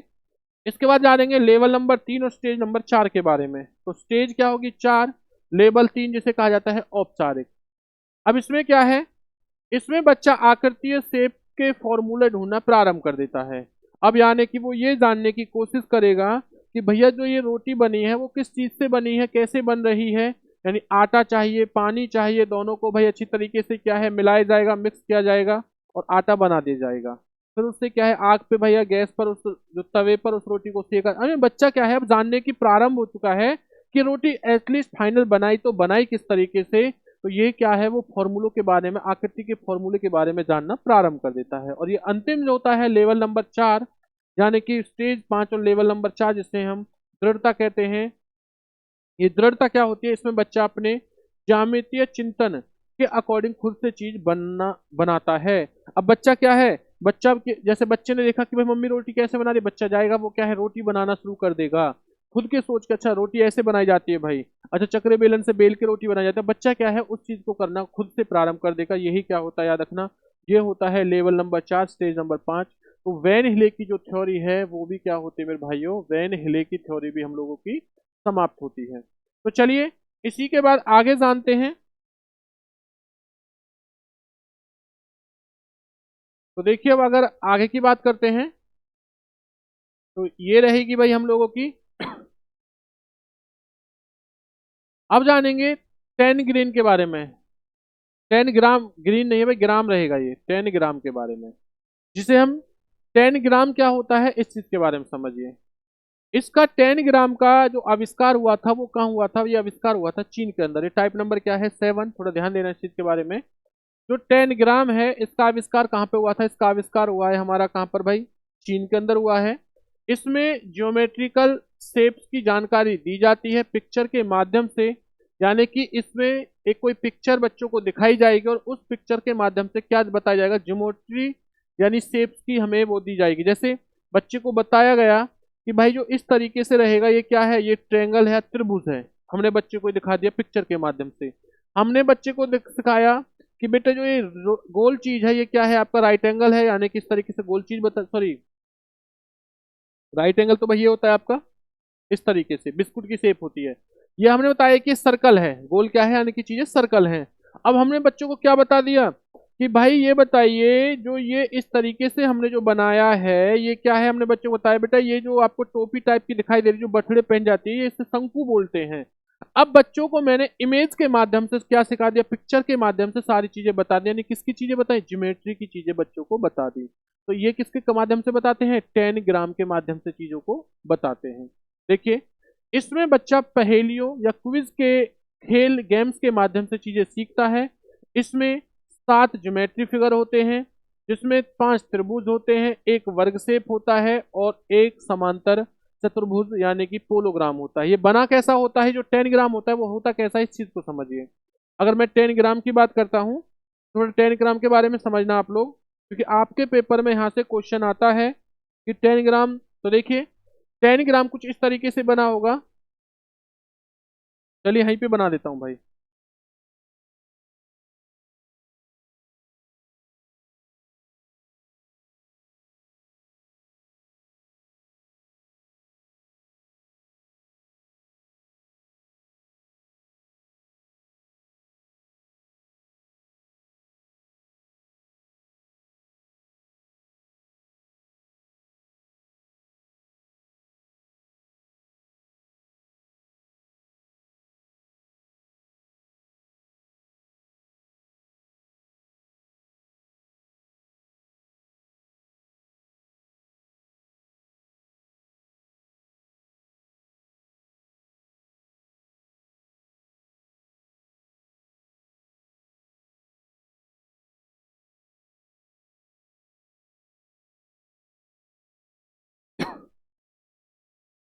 इस तरीके से 10 ग्राम होता है, इस तरीके से थोड़ा इस तरीके से 10 ग्राम होता है। 1 2 3 4 5 6 और 7, याद रखना। इस तरीके से पक्षी टाइप का होता है, इसमें अलग अलग टाइप से वो कलर होते हैं। जैसे सपोज कीजिए मैंने जो 7 वाला है इसमें ये कलर भर दिया भाई।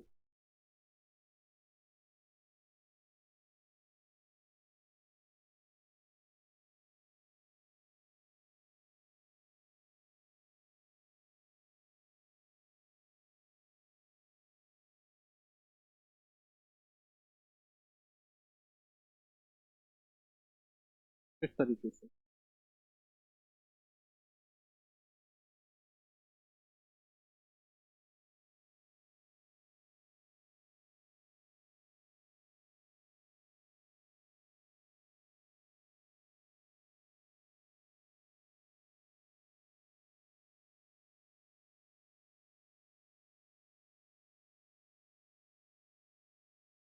ड्राइंग पे मत जाना कि ड्राइंग किस तरीके से है, और चीजों को समझिए भाई कि 10 ग्राम पे होता है वो होता कैसा है, थोड़ा वो चीज आपको उस बताई जा रही है।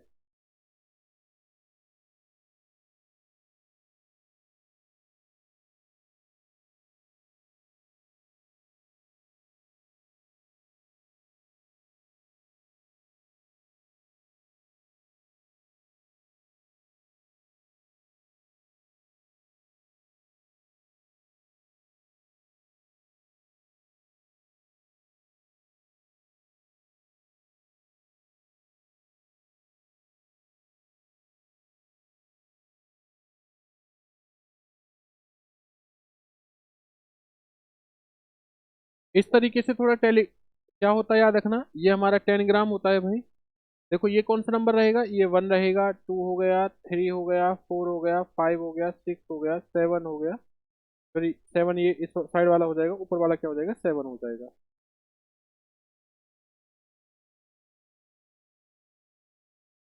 ध्यान देना थोड़े इस चीज के बारे में, ये क्या हो जाएगा, ये हमारा 7 हो जाएगा। अब जो ये हमारा 7 हो चुका है, तो इसी में क्या कहा गया है कि इसमें 7 क्या होते हैं, या ध्यान देना, ज्योमेट्रिकल फिगर होते हैं। तो देखो टोटल कितने हैं, 7 है, काउंटिंग कर सकता हूँ भाई, 1 2 3 4 5 6 7। इसमें 5 त्रिभुज होते हैं, 5 जो त्रिभुज रहेंगे वो कौन से हो गए, एक त्रिभुज, दो त्रिभुज, तीन त्रिभुज। जो थोड़ा ये वाला जो शेप है, ये वाला ये भी कैसा होता है, त्रिभुज टाइप में होता है, ये 3 त्रिभुज हो जाएंगे। तो इस तरीके से टोटल इसमें जो त्रिभुज होते हैं उनकी संख्या कितनी होती है, उनकी त्रिभुज की संख्या होती है 5 होती है। ध्यान देना इस चीज के बारे में। एक इसमें क्या रहेगा, वर्ग रहेगा, जैसे ये वाला हो गया, ये क्या हो गया, एक वर्ग हो गया, यानी कि एक स्क्वायर होगा। एक समांतर यानी चतुर्भुज बोलो, ये याद रखना, एक समांतर चतुर्भुज रहेगा, जैसे ये वाला हो गया, एक समांतर क्या हो गया, चतुर्भुज हो गया। तो इस तरीके से फाइनली बनने के बाद किसका निर्माण होता है, ये निर्माण होता है 10 ग्राम का। ये किसका निर्माण होता है, ये हमारा 10 ग्राम का निर्माण होता है। देखिए 10 ग्राम का जो आविष्कार है वो कहाँ हुआ था, चीन के अंदर हुआ था। इसमें बच्चों को पहेलियां यानी क्विज तथा खेल के माध्यम से बच्चों को सिखाया जाता है।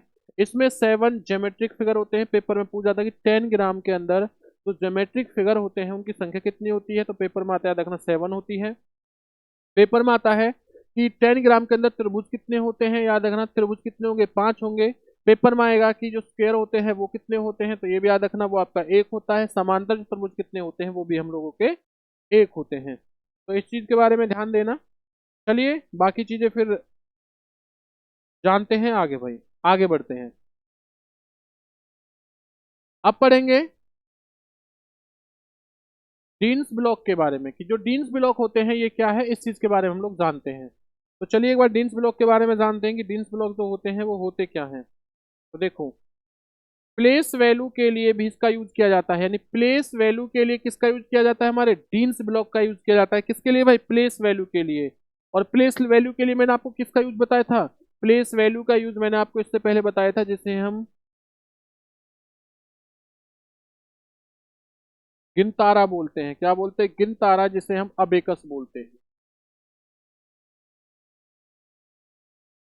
10 ग्राम और जो डीन्स ब्लॉक से स्थानीय समझ विकसित होती है, यानी कि जो 10 ग्राम होता है और जो हमारे डीन ब्लॉक्स होते हैं इनसे क्या है, स्थानीय जो समझ होती है वो बच्चों की क्या होती है, विकसित होती है। इसमें फ्रैक्शन की नॉलेज भी दी जाती है, इसमें जो फ्रैक्शन होता है उसकी क्या दी जाती है, उसकी नॉलेज भी दी जाती है।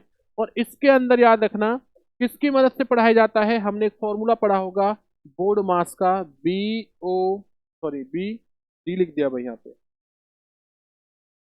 आप लोगों ने मैथ में एक फॉर्मूला पढ़ा होगा, B O D A S S. BODMAS है ना, बोर्ड मास। तो हमने ये पढ़ा होगा आप लोगों ने, देखिए किस तरीके से। तो बोर्ड मास में बी का मतलब क्या होता है, ब्रैकेट, और ओ का मतलब क्या होता है, ऑफ, यानी ब्रैकेट और ऑफ होता है।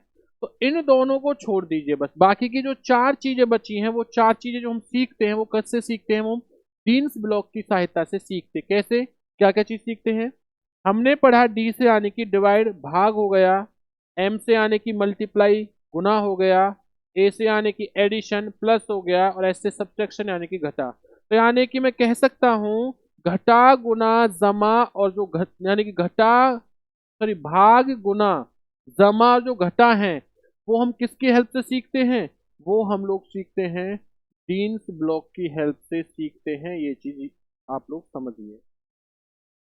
तो पेपर में आ जाएगा कि डी एम ए एस को सीखने में या पढ़ने में हमें किसकी मदद से सीखते हैं पढ़ते हैं, बच्चों को सिखाएंगे तो याद रखना डीन्स ब्लॉक की हेल्प से सिखाएंगे। या बच्चों के अंदर हमें स्थानीय जो समझ है वो विकसित करनी है तो किसके माध्यम से, तो याद रखना 10 ग्राम, और किसके माध्यम से, डीन्स ब्लॉक के माध्यम से बच्चों को हम लोग ये चीजें सिखाएंगे। चलिए इसी के बाद हम लोग आगे जानते हैं किसके बारे में, अब जानेंगे हम लोग टाइप नंबर 9 के बारे में, जिसे जियो जेब्रा कहा जाता है। जियो जेब्रा है क्या, इस चीज के बारे में समझते हैं। तो देखिए अगर मैं बात करता हूं जियो जेब्रा की, यह एक कंप्यूटर फोन आधारित सॉफ्टवेयर है, यानी कि जियोजेब्रा क्या होता है, ये कंप्यूटर या फोन पर क्या है, एक सॉफ्टवेयर है जिसमें ज्योमेट्रिक शेप्स का ज्ञान दिया जाता है, चाहे 2D हो या 3D। इसमें खोजबीन के द्वारा चीजें सिखाई जाती हैं। बच्चा ध्यान देना इस चीज के बारे में, चाहे 2D हो या 3G, इनकी शेप के बारे में जो हमें खोजबीन सिखाई जाती है वो किसके माध्यम से सिखाई जाती है, वो जियोजेब्रा के माध्यम से सिखाई जाती है। और इसी जियोजेब्रा के माध्यम से ही याद रखना, अगर मैं बात करता हूँ किसके बारे में भाई, जियोजेब्रा के बारे में अगर मैं बात करता हूँ आप लोगों से, तो ये क्या है, यह एक कंप्यूटर पर आधारित सॉफ्टवेयर है, यानी कि क्या है, एक सॉफ्टवेयर जैसे आपके आती है एप्लीकेशन आती है उसी तरीके से है, जिसमें याद रखना आप लोग सिमेट्री की जो चीजें होती हैं उन चीजों सभी चीजों को हम लोग सीखते हैं।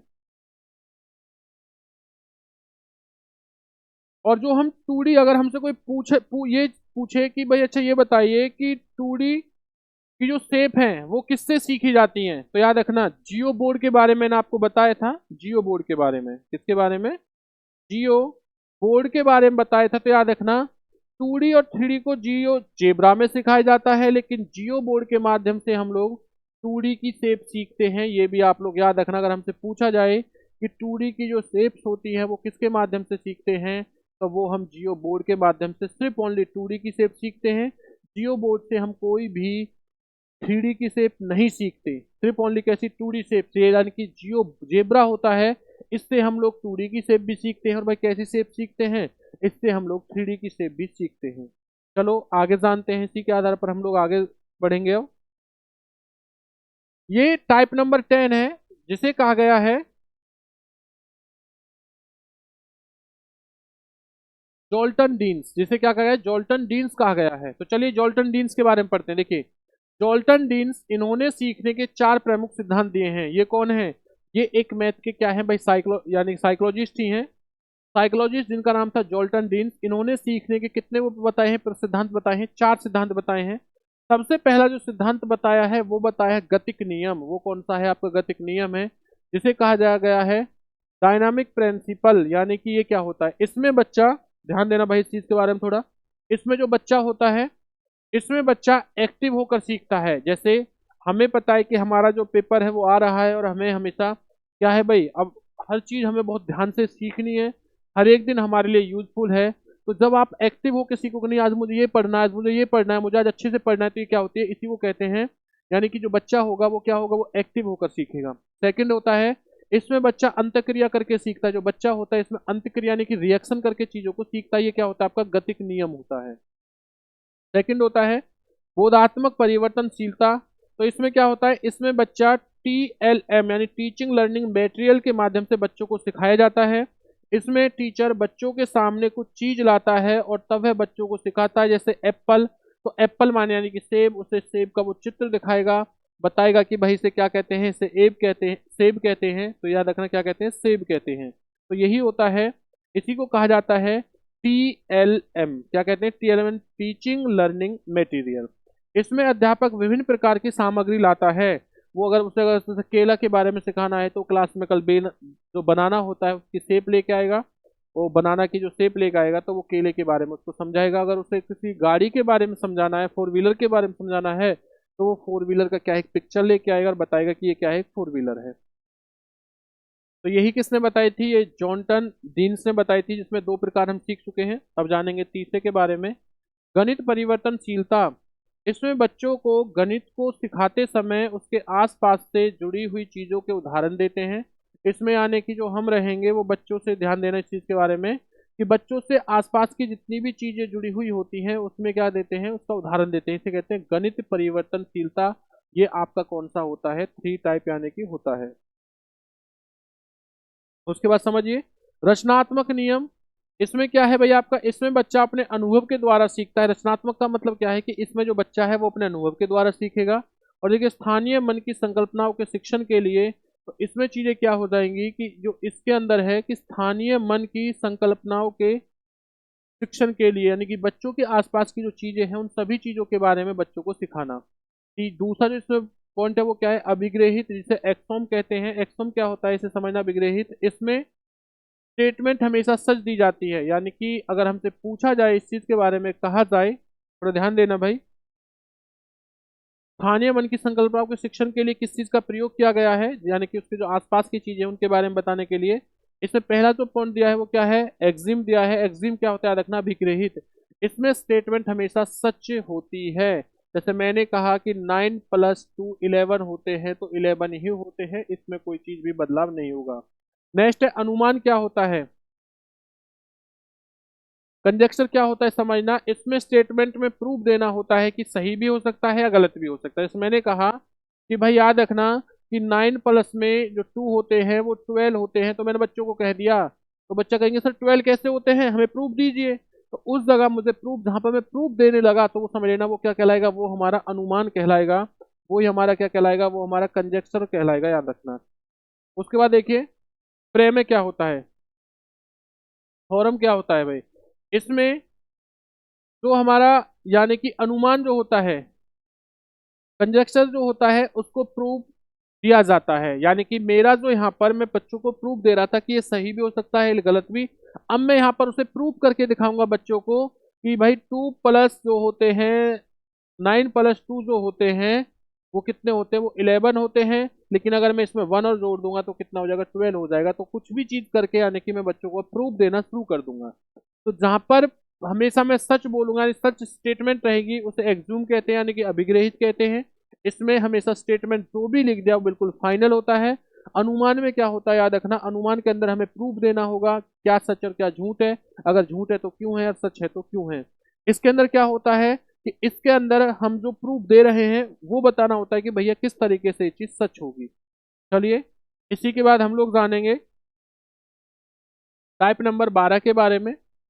चौपड़। चौपड़ क्या होता है, याद रखना, टाइलिन या चौपड़ किसे कहते हैं। देखो अगर मैं टाइलिन की बात करता हूँ, या जिसको टेसिलेशन कहते हैं, ये क्या है, इसमें 3D और 2D की जो शेप्स होती है उसकी नॉलेज दी जाती है। देखो 2D और 3D की जो शेप है वो दी जाती है, इसके बारे में याद रखना। और एक चीज मैंने कहाँ सिखाई थी आपको, मैंने ये चीज बताई है कहाँ पर, आपको जियो जेब्रा के बारे में बताया था कि जियो जेब्रा में भी आपको क्या बताते हैं हम लोग, 2D और 3D की शेप्स बताते हैं। ये देखिए मैंने ये भी कहा था कि जियो बोर्ड के अंदर क्या है भाई, 2D की शेप बताएंगे। लेकिन अगर मैं बात करता हूँ किस चीज के बारे में, या ध्यान देना, अगर मैं बात करता हूँ चॉपर के बारे में, तो चॉपर में भी क्या करते हैं, चॉपर में भी हम लोग 2D या 3D की ही जो नॉलेज होगी, जो शेप होगी उसके बारे में। अब जानेंगे अबेगस के बारे में। ये चीज मैं आपको पहले बता चुका था अबेगस के बारे में। देखिए इसमें बेसिक काउंटिंग यानी कि जोड़ घटाव, प्लेस वैल्यू, फेस वैल्यू के बारे में जानते हैं। और दृष्टि बाध्य बालकों के बारे में भी इससे पढ़ सकता है। अगर कोई हमसे ये पूछे क्या अबेकस का या गिरनत तारा का प्रयोग हम लोग दृष्टि विद्या यानी जो बच्चे अंधे होते हैं उनके लिए यूज कर सकते हैं, तो याद रखना बिल्कुल कर सकते हैं। क्योंकि बच्चा उन्हें देख नहीं सकता लेकिन उन्हें छूकर तो चीज कर सकता है। जो उसकी इस तरीके से जो बना होता है अबेकस, ध्यान दीजिए इसमें कुछ इस तरीके से गोलियां होती हैं, जो गोलियां इस तरीके से इसके अंदर होंगी। और बच्चे से मुझे बता करना हो कि ये बताइए भाई इसमें जो टोटल गोलियां हैं वो कितनी है। तो बच्चा ये नहीं कि उन्हें देखेगा तो ही करेगा। अब बच्चा क्या है, इनसे 1 2 इन्हें इस तरीके से चूक फील करेगा और गोलियों को काउंट करने के बाद आपको बता देगा कि इसमें टोटल कितनी है। तो याद रखना जो दृष्टि बाध्य बालक होते हैं उन बच्चों को भी इसके माध्यम से हम लोग पढ़ा सकते हैं। देखिए उसी के बाद आगे जानते हैं। अब जानेंगे किसके बारे में, गणित की मूलभूत संरचना के बारे में। और गणित की मूलभूत संरचनाएं कितनी होती हैं, वो 3 होती हैं। कितनी होती है, 3 होती हैं। सबसे पहला होता है बीज गणितीय संरचना, यानी कि जो बीज गणित संरचना होती है वो क्या होती है, इसमें बेसिक एल्जेब्रा चीजें आती हैं, जैसे जोड़ घटाव, यानी इसमें ना बेसिक चीजें आती हैं। बस बेसिक चीजें क्या हो जाएंगी भाई हमारी, तो जोड़ हो गया, घटा हो गया, जमा हो गया, गुना हो गया, भाग हो गया। यानी कि जो मैंने आपसे कहा था बोर्ड मास के बारे में, इसमें क्या आएंगी, बेसिक चीजें आ जाएंगी। बस बीज गणित में क्या आएंगी, बेसिक चीजें। नेक्स्ट आपका क्रमिक संरचना क्या होता है। इसमें बच्चा जितने भी आपकी याद रखना डिसेंडिंग और असेंडिंग जो ऑर्डर रहेंगे उन्हें सीखता है। यानी कि कौन सी चीज बड़ी है, कौन सी छोटी है, किस हिसाब से वो बड़ी है, किस हिसाब से छोटी है, किस नंबर पे होगी, किस पे नहीं होगी। अगर हमसे पूछा जाए कि जो बच्चा होता है वो बोर्ड मास है, जोड़ घटा गुना भाग कहाँ किस गणित के अंदर सीखता है, किस संरचना के अंदर, तो हम कहेंगे बीज गणित के अंदर। हमसे कोई कहे कि कोई अगर हमें बढ़ते क्रम या घटते क्रम के बारे में, डिसेंडिंग और असेंडिंग ऑर्डर के बारे में कोई हमसे जानने की कोशिश करे कि हम बच्चों को कैसे सिखाएंगे किस गणित की संरचना के माध्यम से, तो वो क्या होगी, क्रमिक संरचना होगी। और तीसरा होता है तल रूप। तल रूप संरचना क्या होती है, जिसे हम तो ट्रोपोग्राफ कहते हैं। इसमें इसमें बच्चा समीपता या निकटता के बारे में सीखता है। जैसे 8 और 10 के समीप कौन संख्या आती है, तो हम लोग बता देंगे भाई 9। या हम ये भी कह सकते हैं कि 8 और 10 के बीच में 9 आ गया, या 8 के समीप और कौन संख्या होती है, 7 हो सकती है। या हम ये भी कह सकते हैं 10 के समीप 9 और यानी कि 11 होती है। तो ये चीजें जो हम लोग उसके समीप की चीजों के बारे में बता रहे हैं, तो उसे क्या कहते हैं, उसे कहते हैं तल रूप संरचना कहते हैं। अगर आप में से किसी बच्चे को इसी प्रकार के नोट चाहिए, वो किसी भी सब्जेक्ट में पेडागोजी, तो आप 999111 इस नंबर पर क्या है याद रखना, 9991158665 इस नंबर पर आप लोग व्हाट्सअप कर सकते हो। जो आपको नोट्स है वो प्रोवाइड हो जाएंगे। तो भाई वीडियो को शेयर करना ना भूलें। जो बच्चा नया इस वीडियो के साथ जुड़ रहा है वो चैनल को सब्सक्राइब कीजिए, क्योंकि कंप्लीट हम कोर्स लेके आपके लिए आए हैं। सीटेट का पेपर जितना भी आपका पेपर हुआ है, या जितनी मैराथन क्लासेस होंगी, हम लोग मैराथन क्लासों के माध्यम से सभी सब्जेक्टों की पेडागोजी पढ़ेंगे, सीडीपी पढ़ेंगे, और आपके जो पेपर हैं पेपरों को भी हम सॉल्व कराएंगे। लास्ट के वीक में हम लोग, हमारा वर्क रहेगा सिर्फ ओनली पेपरों को सॉल्व कराना। तो चलिए भाई, अगर आपको नोट्स चाहिए तो आप इस नंबर पर क्या है याद रखना, आप इस नंबर पर व्हाट्सअप कर सकते हो, या आप हमारे टेलीग्राम ग्रुप के साथ जुड़ सकते हो जीत मंत्रा करके। इस ग्रुप के साथ आप लोग जुड़ भी सकते हो, जीत मंत्रा। अब पढ़ेंगे टाइप नंबर 14 के बारे में, जिसमें तुलनात्मक जमा होते। तुलनात्मक जमा क्या होती है इसके बारे में, जैसे ए के पास बी, यानी कि तुलनात्मक जमा क्या होती है इसे समझिए भाई। तुलनात्मक जमा का मतलब होता है कि जो ए है उसके पास बी से कितना ज्यादा है। मैंने कहा ए के पास बी से ज्यादा रोटी है, या ज्यादा क्या है, चॉकलेट है। मैंने कोई भी एग्जांपल दिया, लेकिन मुझे यहाँ नहीं, ये नहीं पता कि कितनी ज्यादा है। तो याद रखना, जहां पर भी ये ज्यादा की बात आएगी तो वो क्या कहलाएगा, हमारा ज्यादा अधिक की बात आएगी तो वो कहलाएगी हमारी तुलनात्मक जमा कहलाएगी। अगर मैं तुलनात्मक घटा की बात करता हूं तो इसमें क्या आएगा, जब ए के पास बी से कम रोटी है, यानी ए के पास बी से कितनी कम रोटी है, यानी न्यूनतम कम कितना है ये नहीं पता हमें, तो ये याद रखना, ये क्या होला कहलाएगा, ये कहलाएगा हम लोगों का, यानी न्यूनतम या कम कहलाएगा हमारा तुलनात्मक घटा। और अगर मैं वैकल्पिक जमा के बारे में करता हूँ, टेक अवे एडिशन के बारे में बात करता हूं, तो ए के पास बी से कितनी ज्यादा रोटी है, ध्यान देना थोड़ी सी भाई इस चीज के बारे में। देखो दोनों में थोड़ा ही डिफरेंस है, बाकी ज्यादा डिफरेंस नहीं है। इसने यहाँ पे कहा ए के पास बी से ज्यादा रोटी है, मैंने कहा ए के पास बी से ज्यादा रोटी है, अधिक है, पर कितनी है नहीं पता चल रहा। ठीक है, मैंने कहा ए के पास बी से कम रोटी है, मैंने ये कहा भाई ए के पास बी से कम रोटी है, तो मुझे ये पता है कि ए के पास जो है वो बी से क्या कम रोटी है, मैंने कहा। लेकिन इसमें क्या कहा है मैंने, व्यवकलित जमा के अंदर क्या होता है, टेक अवे के अंदर क्या होता है, ए के पास बी से कितनी रोटी अधिक है, ज्यादा रोटी है। मैंने कहा कितनी रोटी ज्यादा है। अब मैं यहाँ पूछ रहा हूँ कि उसके पास भैया 5 रोटी अधिक है, 2 रोटी अधिक है, 4 चॉकलेट अधिक है, 10 चॉकलेट, वो मैं क्वेश्चन करने लगा आपसे। तो याद रखना, जहां पर क्वेश्चन करने की बात आएगी वो क्या कहलाएगा, आपका टेक अवे एडिशन कहलाएगा। अब मैंने कहा वैकल्पिक घटा क्या होती है, ए के पास बी से कितनी रोटी कम है, जहां कितनी कम आ जाए तो वो क्या कहलाएगा आपका, वो कहलाएगा बच्चा रखना वैकल्पिक घटा कहलाएगी, टेक अवे सब्ट्रैक्शन कहलाएगा। जहां पर आपसे ये कहा जाए कि कितनी रोटी अधिक है, वो आपका टेक अवे क्या कहलाएगा, एडिशन कहलाएगा। और जहां पर सिर्फ दोनों के बारे में ये बताया जाए कि कम है या ज्यादा है, ये आपका क्या हो जाएगा, कंप्रेशन एडिशन हो जाएगा, कंप्रेशन क्या हो जाएगा आपका सब्ट्रैक्शन हो जाएगा। ये चीज याद रखिए। टाइप नंबर 14 क्या है, कंप्लीट होता है। एक क्वेश्चन यहाँ से आपको सीटेट के पेपर में देखने को मिला है। भाई वीडियो को शेयर करना ना भूलिए, जितने भी बच्चे हैं वो वीडियो को शेयर कर दीजिए, क्योंकि एक ही वीडियो में महामैराथन क्लास के अंदर आपकी पूरी की पूरी 30 नंबर की जो पेडागोजी, यानी कि जितनी संपूर्ण पेडागोजी है उसको हम लोग पढ़ेंगे। देखिए अब पढ़ेंगे जीन प्याजे का मैथ में क्या इन्होंने रोल था, इन्होंने क्या कहा था क्या नहीं कहा, इस चीज के बारे में जानते। देखिए जीन प्याजे के अनुसार बच्चा सबसे पहले संख्याओं का संरक्षण करता है, संख्याओं को सीखता है, नंबर के बारे में जानता है, जैसे हम लोग काउंटिंग सिखाते हैं 1 2 3 4 इस तरीके से।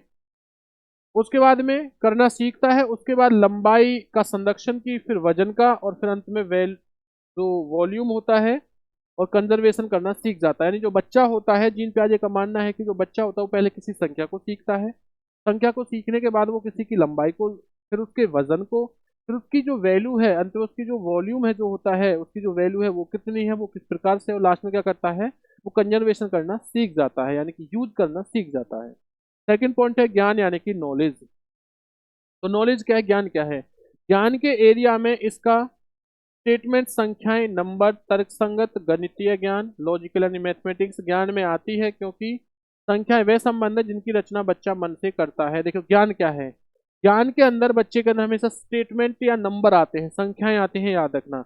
उसकी जो तर्क संगत है, उसकी जो सोचने की जो समझ है बच्चे की, वो उस ज्ञान के अंदर बच्चे के अंदर, जैसे उसने अब गिनतियां सीख ली, गिनतियां सीखने के बाद कहीं ना कहीं उसकी जो नॉलेज है वो बढ़ चुकी है।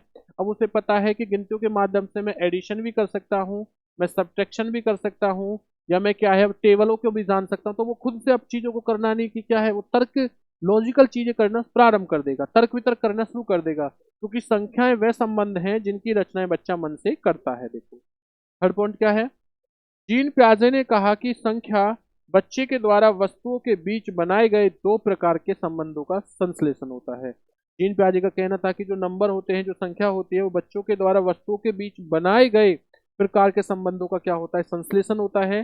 कि अगर कोई भी दो चीजों के बीच में कोई भी डिस्टेंस है, नंबरिंग है, या उसकी लंबाई है, वेट है, ये सारी चीजें बच्चा कहाँ से सीखता है, वो नंबर की हेल्प से ही चीजों को सीखता है।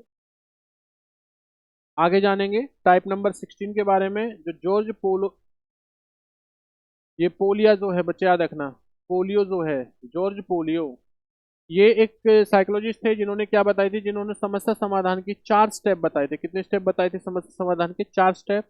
पहला जो स्टेप था वो था, याद रखना, समस्या को समझने। सबसे पहले समस्या को समझिए कि आपके सामने जो समस्या है वो है क्या, अंडरस्टैंडिंग टू प्रॉब्लम। सेकंड होता है योजना बनाना, यानी कि प्लानिंग करना। अब आपने समस्या को जान लिया, समझ लिया, अब उस पर एक बार प्लानिंग कीजिए कि मैं समस्या का कैसे समाधान कर सकता हूँ। तीसरा जो होता है योजना का संचालन, यानी कि दोबारा से, यानी कि क्या है कि उसको इम्प्लीमेंशन में लाओ भैया, उसे अप्लाई कर दीजिए, और एक बार अप्लाई करने के लिए तैयार हो जाइए। और चौथा क्या होता है, पुनः जांच। और जब आप फाइनली उसकी क्या है उसे इम्प्लीमेंट, यानी कि उसे आप लोग किसी भी समस्या का समाधान करने बैठ गए हो, शुरू कर रहे हो, तो एक बार फिर से देख लीजिए कि जो चीज मैं कर रहा हूँ वो गलत तो नहीं है, उसमें कोई वो तो नहीं, जिसे कहते हैं लुक बैक, यानी जिसे कहते हैं पुनः जांच। यानी दोबारा से उसे एक बार से आप लोग जांच लीजिए। ये किसने बताया था? जॉर्ज पोलियो ने बताया था, समस्या समाधान के 4 स्टेप। नेक्स्ट उसके बाद में पैटर्न, यानी पैटर्न के बारे में जानेंगे कि पैटर्न है क्या, इस चीज के बारे में जानते हैं। टाइप नंबर 17 यानी कि 17 है, इसमें बच्चों में लॉजिकल थिंकिंग आ जाती है, यानी कि जो पैटर्न होता है इसमें बच्चे में लॉजिकल थिंकिंग आती है, इसमें बच्चों में क्रिएटिविटी बढ़ती है, और ये मेंटल एक्टिविटीज से रिलेटेड होता है, याद रखना। तो पैटर्न होता है, पैटर्न क्या होता है, जैसे सपोज कीजिए पैटर्न के बाद आपने सांप सीढ़ी देखी होगी, सांप सीढ़ी पे क्या है भाई, कुछ इमेज बनी होती है, कुछ पैटर्न बने होते हैं, जैसे 100 के ऊपर है, यहाँ 99 होता है, कुछ आपने बॉक्स टाइप के देखे होंगे सांप सीढ़ी में, यहाँ 1 होता है, 2 होता है, 3 होता है, 4 होता है, 5 होता है, और एक उसमें सांप भी चीजें बनी होती है भाई। अगर आपको 100 पे या 99 पे जाओगे तो आपको 2 पे सांप छोड़ देगा। अब बच्चा क्या है, इसमें लॉजिकल थिंकिंग आना शुरू कर देता है, क्रिएटिव खेल होता है, बच्चा खेल के माध्यम से चीजों को सीखता है, और उसकी जो मेंटल एक्टिविटीज हैं वो उन्हें भी चेक करता है कि उस बच्चे का सोचने समझने का जो लेवल है वो क्या है और क्या नहीं। यही क्या होता है, ये आपका पैटर्न होता है। नेक्स्ट देखिए, टाइप नंबर 2D और 3D शेप क्या होती है। देखो 2D शेप क्या होती है, जिन शेप की लंबाई और चौड़ाई होती है, जिन शेपों में हमें लंबाई और चौड़ाई रहेगी वो सब 2D शेप रहेंगी।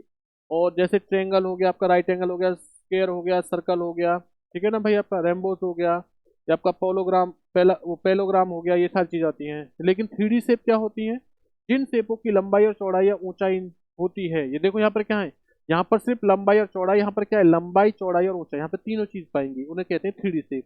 जैसे आपका क्यूब हो गया, क्यूबिड हो गया आपका भाई, कौन हो गया आपका, सिलेंडर हो गया आपका, ये क्या हो गया, सर्कल हो गया। यानी कि जितनी भी चीजें जो होती हैं आपकी, ये सब कैसी होती हैं, ये आपकी 3D शेप होती हैं। तो पेपर हमसे पूछा जाता है कि 2D शेप कौन सी होती है, 3D शेप कौन सी होती है। याद रखना, अगर मैं 2D शेप की बात करता हूँ तो 2D शेप में हमेशा लंबाई और यानी कि जो चौड़ाई होती है, क्या भाई, लंबाई, और याद रखना आपकी चौड़ाई, ये चीजें होंगी आपकी। लेकिन अगर मैं 3D शेप की बात करता हूँ तो इसमें आपकी लंबाई भी रहेगी, चौड़ाई भी रहेगी, और आपकी ऊंचाई भी रहेगी। ये आपकी 3D शेप होती है, और ये आपकी क्या होती है बच्चा, याद रखना 2D शेप होती है। पेपर में सीधा हमसे क्वेश्चन इस तरीके से पूछा जाता है। चलिए आगे जानते हैं उसके बाद में, सांप और सीढ़ी खेल। सांप सीढ़ी खेल के बारे में याद रखना, देखिए वो ये चीज आ गई, इससे पहले बताया था वही आ गया। इसके माध्यम से बच्चों को नंबर का ज्ञान दिया जाता है, बच्चों को क्या दिया जाता है, नंबर का ज्ञान दिया जाता है, जो काउंटिंग वाली थी उनको देता है। क्योंकि ये एनसीईआरटी की बुक के अंदर, याद रखना एनसीईआरटी की बुक के अंदर आपको पेपर में हमेशा देखने को मिला है। नेक्स्ट जानेंगे, इसी के बाद हम लोग देखिए नेक्स्ट जानते हैं अंक के बारे में। अंक में आपको भी पहले भी बता चुका था, फिर समझ लेना। अंक जो नंबरल नंबरल जो होता है ये क्या होता है, यह एक नाम है जो सिंबॉलिक नंबर को दर्शाता है। हिंदू अरेबिक नंबर, यानी कि जैसे आपके भाई हिंदू रहे, दो तरीके के होते कि हिंदू रहे, एक होते रोमन। हिंदी वाले होते हैं जैसे आपके 1 हो गया, 2 हो गया, 3 हो गया, 4 हो गया, 5, ये हिंदू होते हैं। और अगर जैसे ये आपकी यानी कि प्लेस वैल्यू, भाई क्या होता है, प्लेस वैल्यू का कॉन्सेप्ट होता है इसमें। अब देखिए ये क्या है आपका, ये रोमन नंबर होते हैं, जो मैथ वाले जो नंबर होते हैं, याद रखना इनको भी किसके माध्यम से सीखते हैं, ये सारी जो चीजें होती हैं आपके नंबर होते हैं। तो अंक जो होते हैं, न्यूमेरल जो होते हैं, वो कितने होते हैं आपके, 2 टाइप के होते हैं। पहला होता है हिंदू, सेकंड होता है रोमन। ये चीज याद रखना आप लोगों ने। इसी के बाद हम लोग आगे जानेंगे एनसीएफ 2005 का जो रोल था वो क्या है इसके अंदर। तो एनसीएफ 2005 ने मैथ से जुड़ी हुई चीजों के बारे में क्या कहा, इसके बारे में जानते हैं। एनसीएफ 2005 के अनुसार गणित शिक्षण का संकीर्ण उद्देश्य संख्या से के संबंधित कौशलों को विकसित करना और हायर समस्या समाधान का कौशल विकसित करना। ये किसका था भाई, याद रखना, ये था आपका एनसीएफ 2005 के अनुसार बात की गई है कि जो गणित की जितनी भी शिक्षण का संकीर्ण उद्देश्य जो रहेगा वो संख्याओं से के संबंधित कौशलों को विकसित करना है। और क्या है, जो भी समस्या रहेगी उस समस्या का क्या है, समाधान का कौशल विकसित करना है बच्चों के अंदर। सेकंड है एनसीएफ 2005 के अनुसार प्राइमरी स्कूल में चौपड़ अनुमान लगाना, समिति, गणित पाठ्यक्रम, भाग लेना है, भाग है, यानी कि याद रखना गणित के पाठ्यक्रम में एक तो चौपड़ का अनुमान लगाना, चौपड़ होना, और एक समिति होना, सिमेट्री होना, ये होना अनिवार्य है प्राइमरी स्कूल के अंदर। एनसीएफ 2005 के अनुसार है प्राइमरी स्कूल में मैथ के शिक्षण के लिए एकीकृत उपागम को प्रयोग में लाना चाहिए, यानी कि हर एक इस प्रकार की इंटरेस्टिंग चीजें होनी चाहिए ताकि बच्चा जो है वो हर एक चीज को अच्छे से समझ सके या पढ़ सके।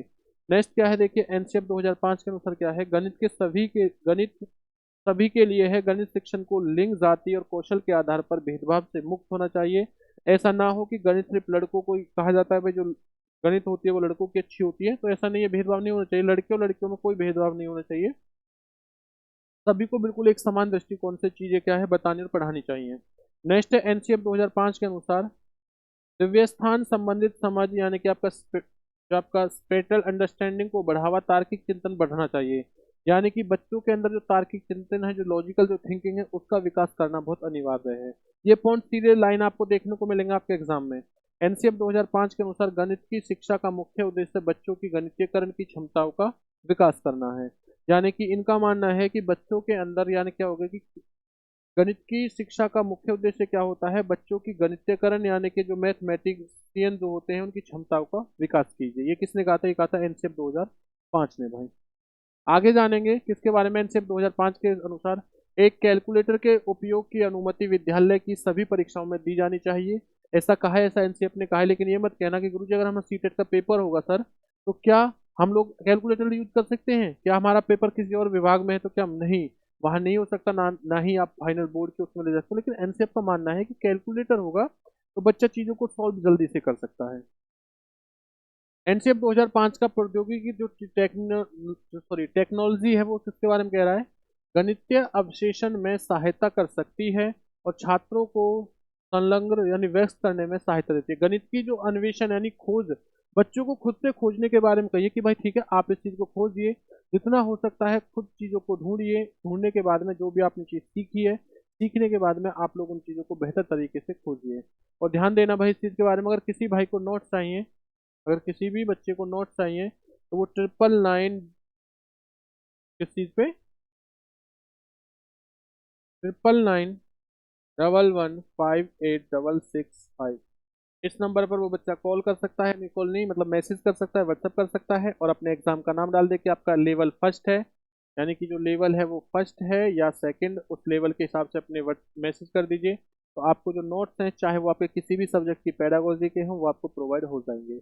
तो चलिए आज के इसी क्लास के साथ हमारी जो क्लास है वो समाप्त होती है। भाई वीडियो को शेयर करना और जो बच्चे नए हैं वो चैनल को सब्सक्राइब करना ना भूलें। तो मिलते हैं अगली क्लास में। और बाकी की आपकी मैराथन क्लासेज अब रोज पढ़े इसी तरीके से आपकी मैराथन क्लास जाती रहेंगी, सभी सब्जेक्टों के मैराथन करेंगे, चाहे वो कोई भी सब्जेक्ट हो। प्लस में आपकी पेडागोजी सीडीपी है उसका भी वो करेंगे, मैराथन लेंगे। तो चलिए भाई आपकी बात जो हमारा टारगेट है वो क्या है, सीटेट 2024 जनवरी, सब बच्चों का पास आउट होना है। तो भाई करना है तो करना है, चाहे हमें कितनी मेहनत करनी पड़े। जय हिंद, जय भारत।